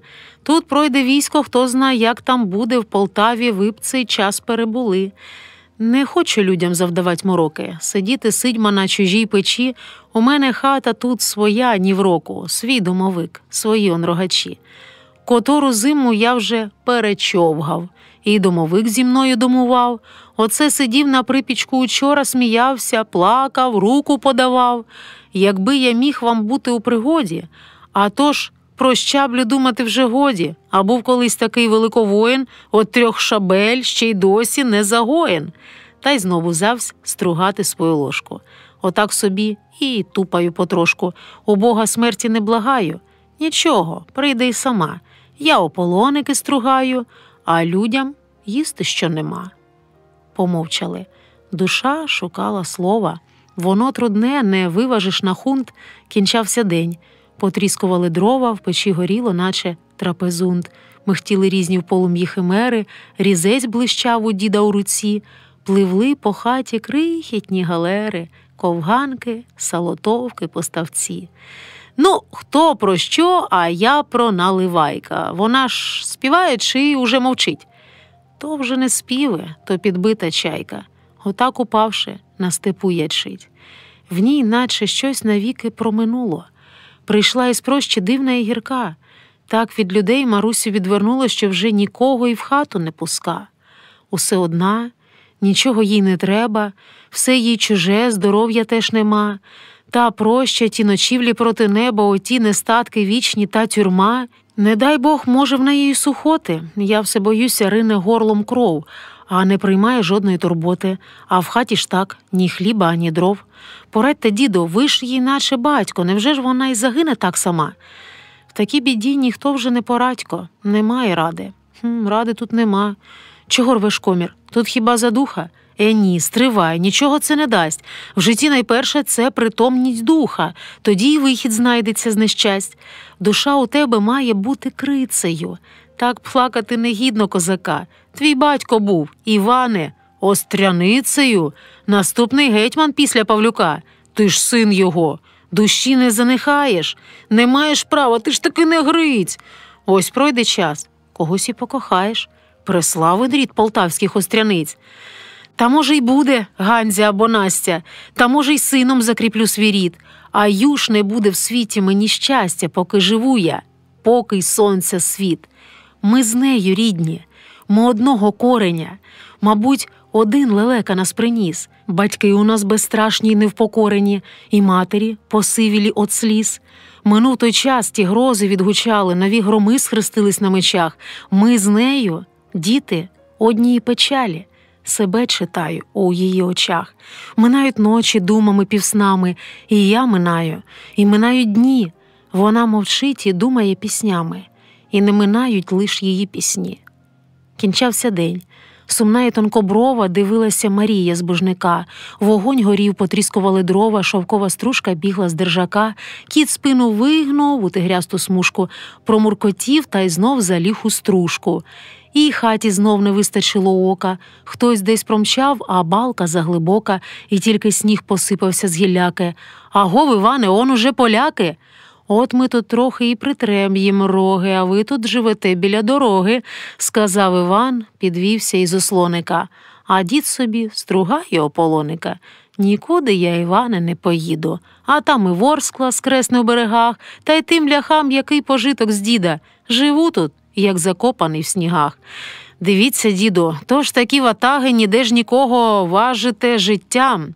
З життям то так, то гра навпереваги. Сюди, туди, не стямишся, вже й там. Що ж вибачайте, за що вибачати? Мені що турок, що литвин, що лях. Над самим краєм пролетіли чата, і кінь із балки вимчався на шлях. Вже в небі й місяць вистромить рогульку, і на порозі намерзає літа, а дід запалить корінкову люльку і довго ще дивитиметься вслід. І довго-довго буде наслухати у ту раптову тишу хуторів. Жар вигреби із печі, щоб до хати, на цей димок чужий хто не забрів. Залив той жар і виніс головешки, а ти в кутку постоїш кочерго, та так ото повештався, то так воно ще й наче не того. Розділ 8. Облога Полтави. Степи і ніч, і хвища над степами. Полтавський шлях сніги перемели. Вороже військо ломиться у брами, глухі ворота. І мовчать вали. Стоїть обоз по груди у заметах. Вже встигли сани льодом обрости. Терпи, Полтаво, помолись за мертвих. Передні коні в'їхали в хрести. Полтава спить. А панство чи не в гості? Сахнувся кінь, то ями, то горбки, хрести, і торохтять, мов кості. На тих хрестах промерзлі рушники. Січе хортеча, гостра, ніби шклиста. Піввійська вже не встоїть на ногах. Стара тополя, чорна та безлиста, ворон гойда на цвинтарі в снігах. Пани кленуть у лютому безсиллі, це ж до Полтави ледве дотягли. Прослалось військо на 4 милі, хоч головою бийся обвали. На цій землі було вже їм бувальців, тут Бог не сіяв з неба їм крупу. Простягнеш руку і не видно пальців, там хуртовина крутить у степу. Шугає вітер, сатаніє хвище, ще спробуй тут багаття розвести. Аж де той ліс, хоч спалюй топорище, або рубай на цвинтарі хрести. Але ж не можна людність дратувати. Тут треба увійти без перешкод. Тут треба мирно все перетривати. Схизматики – розпечений народ. Як не кричи, як браму не виламуй, угода є. То впустять? Та коли? Вали високі. Що там за валами? Глухі ворота. І мовчать вали. А вранці тільки почало світати, де не було, здається, ні душі, а вже стоять наведені гармати і при лафетах мирні гармаші. Ніхто з панами не заводить бійки і навіть слів дошкульних не вжива. Хто курить дерев'яні носогрійки, хто порох в гаківниці набива. Сторожа та стоїть собі на чатах, та все їх більш над валом вирина. У чорних свитах, у шапках кучматих, в кобеняках з овечого сукна. Ніхто нічим нікому не вгрожає. Ні в кого шабля не блищить в руці, лиш на валах козацтво походжає, і за щитами залягли стрільці. А вже шляхетство інеєм взялося, і вже охрипло панство від проклять. Кричіть, брящіть, ворота вщент розносять. Але ж ворота ковані, стоять. Якусь годину все це потривало, то їхній головний пояснень зажадав, а це від пушкаря козак з міського валу такий універсал на списі їм подав. Панове, ви і ми – це рівні два народи. В боях рішили спір, і вільні ми тепер. Ви, значить, принесли до нас свої клейноди, свого орла також. А нащо нам орел? Наш полк стоїть у полковому місті. Це значить, стоїмо ми на своїй землі. А ви тут хто такі? Стояли б десь на віслі. У нас тут гетьманат. У вас там королі. Були б і ви, і ми таким би чином дома. Було б і вам, і нам, і найкращіше так обом. Угода? Це ж яка? Вона нам невідома. Про що й звіщаю вас з печаттю і гербом. Між іншим, ви такі пощіпані війною і маєте харчів так мало про запас, що коли раптом тут піднімете ви зброю, то місце цих подій не свідчить проти нас. Минають миті, довші від століть. Дозорці ходять, наче на прогульку. Полтавський полк, як вкопаний, стоїть. Пушкар мовчить і тільки палить люльку. Якщо ми здійсним ці статті угоди, дозорці гомоніли на валу, то і цей останній острівок свободи, Полтавщина, потрапить в кабалу. То це ми стільки вибули війни, щоб знов сюди вернулися вони, щоб у Полтаві, полковому місті, стояла шляхти на кутку по 200. Вже і так життя, як льох без душника. Нема коли й жінку пожаліти. Так мало нам свого вишняка. Потрібні нам ще їхні живоїди. Впустить в Полтаву військо його мосці? Ні, даруйте, тут нема дурних. Якщо їм зараз в руки не дамося, то згодом звідси й вдаримо на них. Вже дехто й занудився при дозвіллю. Якби хоч стрельнуть, хоч пшоном, хоч сіллю. Отаман Гук, що так гукає ловко, уже їм звало гне сухого вовка. Лише Горбань хапає дрижаки, кричить: «Угода! Нарушать не смійте!» Він думає, як впустять їх таки, то перш за все вони повісять війта. Вишняк Той крутить, преповажний пан, такий, що всіх панів перепанує. Учора, кажуть, приміряв жупан, і ти послом до шляхти пропонує. Але ж полковник не веде і вухом. Невже ж таки не виступим напрю? Лесько сказав, як бухнем одним бухом. Пушкар сказав, я вам поговорю.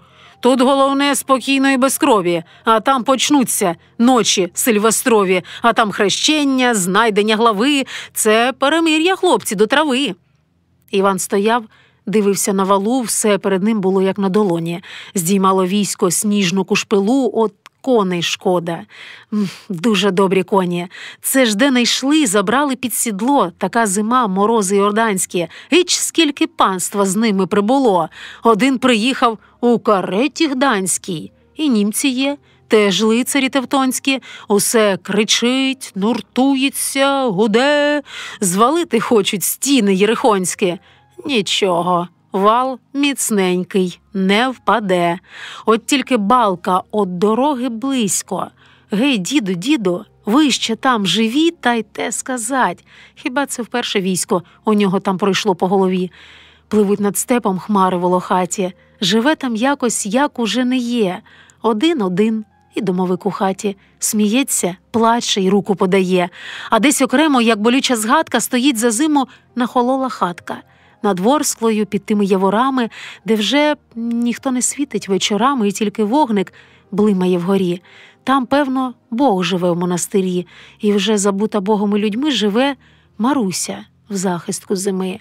У снігових завоях завірюхи, де вже от хати тільки острішок, калиною годує омелюхів, отих жовтеньких стомлених пташок. Лиш час від часу прогучать копита, а там до хати й стежка не пробита. Білій сніг в лелечому гнізді, і льоду вже намерзло півбадді.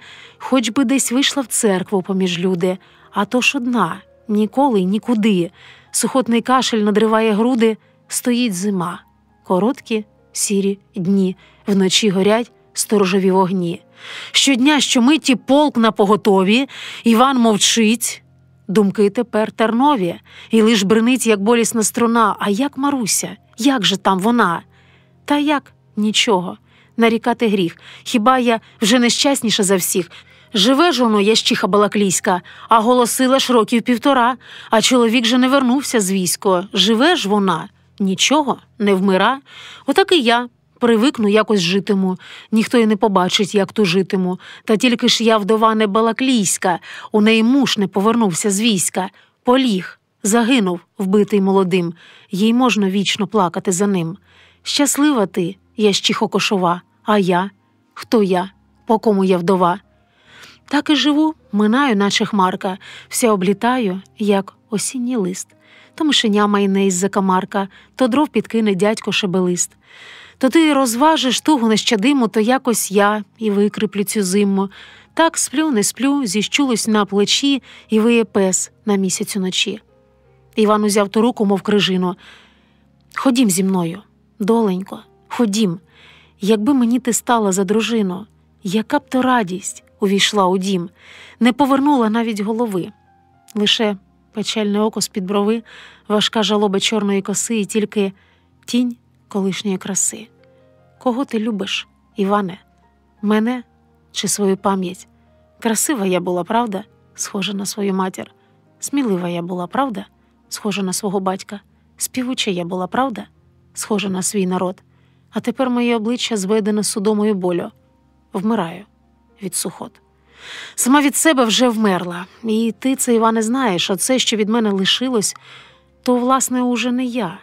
Ти любиш не цю, Іване. Ти пам'ять свою кохаєш. Щасливий будь нею, Іване, бо пам'ять завжди твоя. Я і тоді любив тебе до болю, а вже тепер, Марусю, й поготів. Дозволь мені лишитися з тобою, отак, як є, без змовин і сватів. У церкву підем, піп нас обвінчає. Весілля справим, Пушкаря позвем. Як не полюбиш, в мене вистачає на 2 любові. Якось проживем. Мене, Іване, отаку понівечену. Мене, Іване, отаку гірку. Хай Бог пошле тобі хорошу дівчину. Ще будеш ти щасливий на віку. На тому досить і кінець розмові. Не треба й говорити нам про те. Моє життя – руйновище любові, де вже ніякий цвіт не процвіте. Останній плід на Чураївськім вітті оббив тебе такий жорстокий грім. Хоч би була, залишила на світі дитиночкою з голосом твоїм. Вже не залишу. Долю змарнувала. Вже не залишу. Час мій підоспів. Якби тепер, мабуть, я заспівала, було б це вже хрипіння, а не спів. Так і живу. Без голосу німа. Пісень немає. І мене нема. Оце і все, що є тепер у мене. Моя матуся, нене моя, нене. Отам могила, на могилі хрест. І на деревах білий ожелест. Була у мене мати, наче бджілонька. Тепер я тут лишилася сама. Стоїть її холодна постілонька, все як було, а матері нема. Це я убила, я, її хорошу. Картай себе уже чи не картай, про що, Іване, я тебе попрошу, піди з могили сніг поодгортай. Іде Іван і знову повертає. Думками сніг з могили одгортає, вороже військо, цвинтар при дорозі, 4-й тиждень місто у облозі. Рубають кляті пушкарівський ліс. Тріщить і стогнуть, валяться дерева. Там і село за лісом Пушкареве рубають кляті. Пушкарівський ліс. Старі дуби і парость молоду, аби сьогодні вперед не дбають. Рубають криво, косо, без ладу.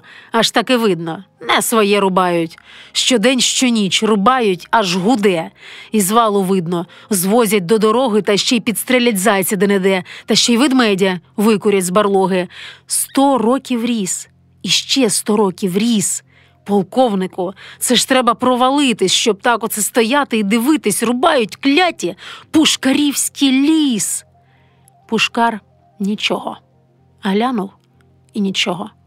Спокійні очі, сива голова, шорстка кирея кольору нічного дивився, думав, швидше б та трава. Вночі над валом палахтить заграва, і попіл пахне долею триліс, як дикий звір обкладена Полтава, горять багаття, Пушкарівський ліс. Горять багаття, панство смажить вепра, десь до п'яли старого сікача, сидять, неначе виходці з пекла, усі пани полтавського ключа.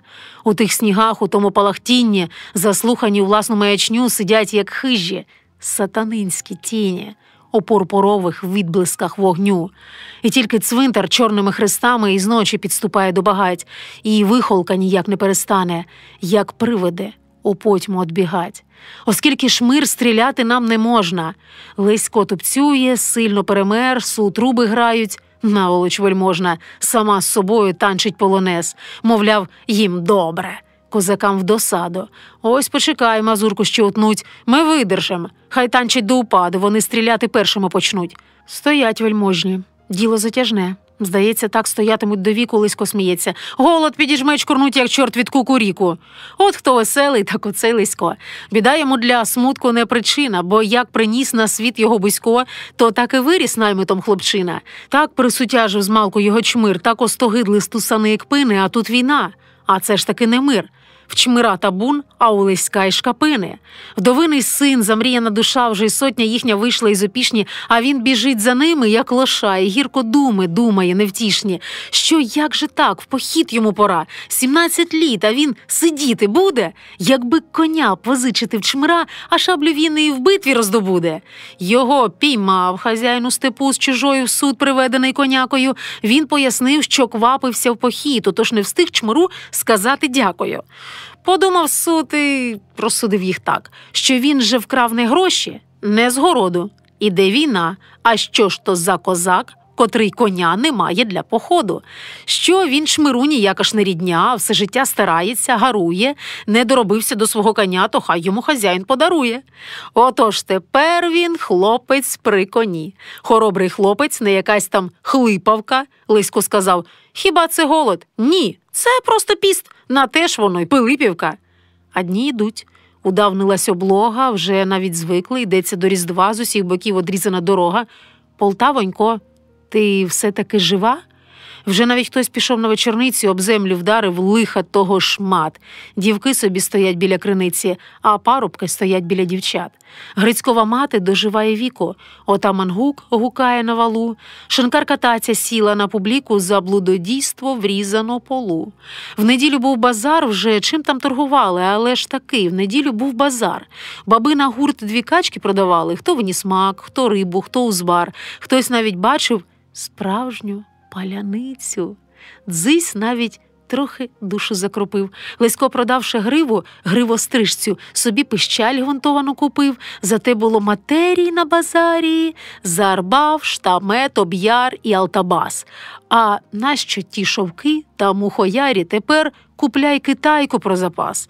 А ще були там прянощі й приправи. Такі ж приправи гарні, як на сміх. Шапран та перець до якої страви? Чи той мушкатний запашний горіх? Імбирці, може? Може, кардамону? Цитрон заморський, гріш йому ціна, коли керсетку, он яку червону, дають за вузлик прілого пшона. Такий святвечір, що нема й куті. Стоїть Іван, над валом крупка сіє. Чого стоїш тут на видноті? Ще стрілить хто? Не стрілить, не посміє. Був у Марусі. Снігом замело, прийшов до неї, навіть не зраділа. А на святвечір, як вона сиділа, то вже однеї тіні не було. Мовчить Іван, потемнівши лицем. Очей не зводить з поля й дороги, і кожна мить то може бути кінцем. То може бути початком перемоги. А це якраз після Різдва уранці ушкварили панове на вдиранці, налаштували зночі свою валку, вже без погроз, без лютих перехвалок, знялись тихенько, та юстеп безмежний, то вже тепер хоч цвинтар незалежний. Бо поки тут вони під валом бігали, у ці ворота ступою товкли, у спину їм з Братславщини й Чернігова нових повстань пожежі припекли, то й мусили забрати свої застави, мабуть, уже не тільки з-під Полтави, і відступили. У полях тих самих за ними панство у ріжнатих санях, і їхній ксьонс небритий півзими закутаний в тутейшні килими, і те кварцяне військо зашкарубле, і ті гусари, зведені на пси, в обледеніле хутряне шкаруп'я, ховаючи похнюплені носи.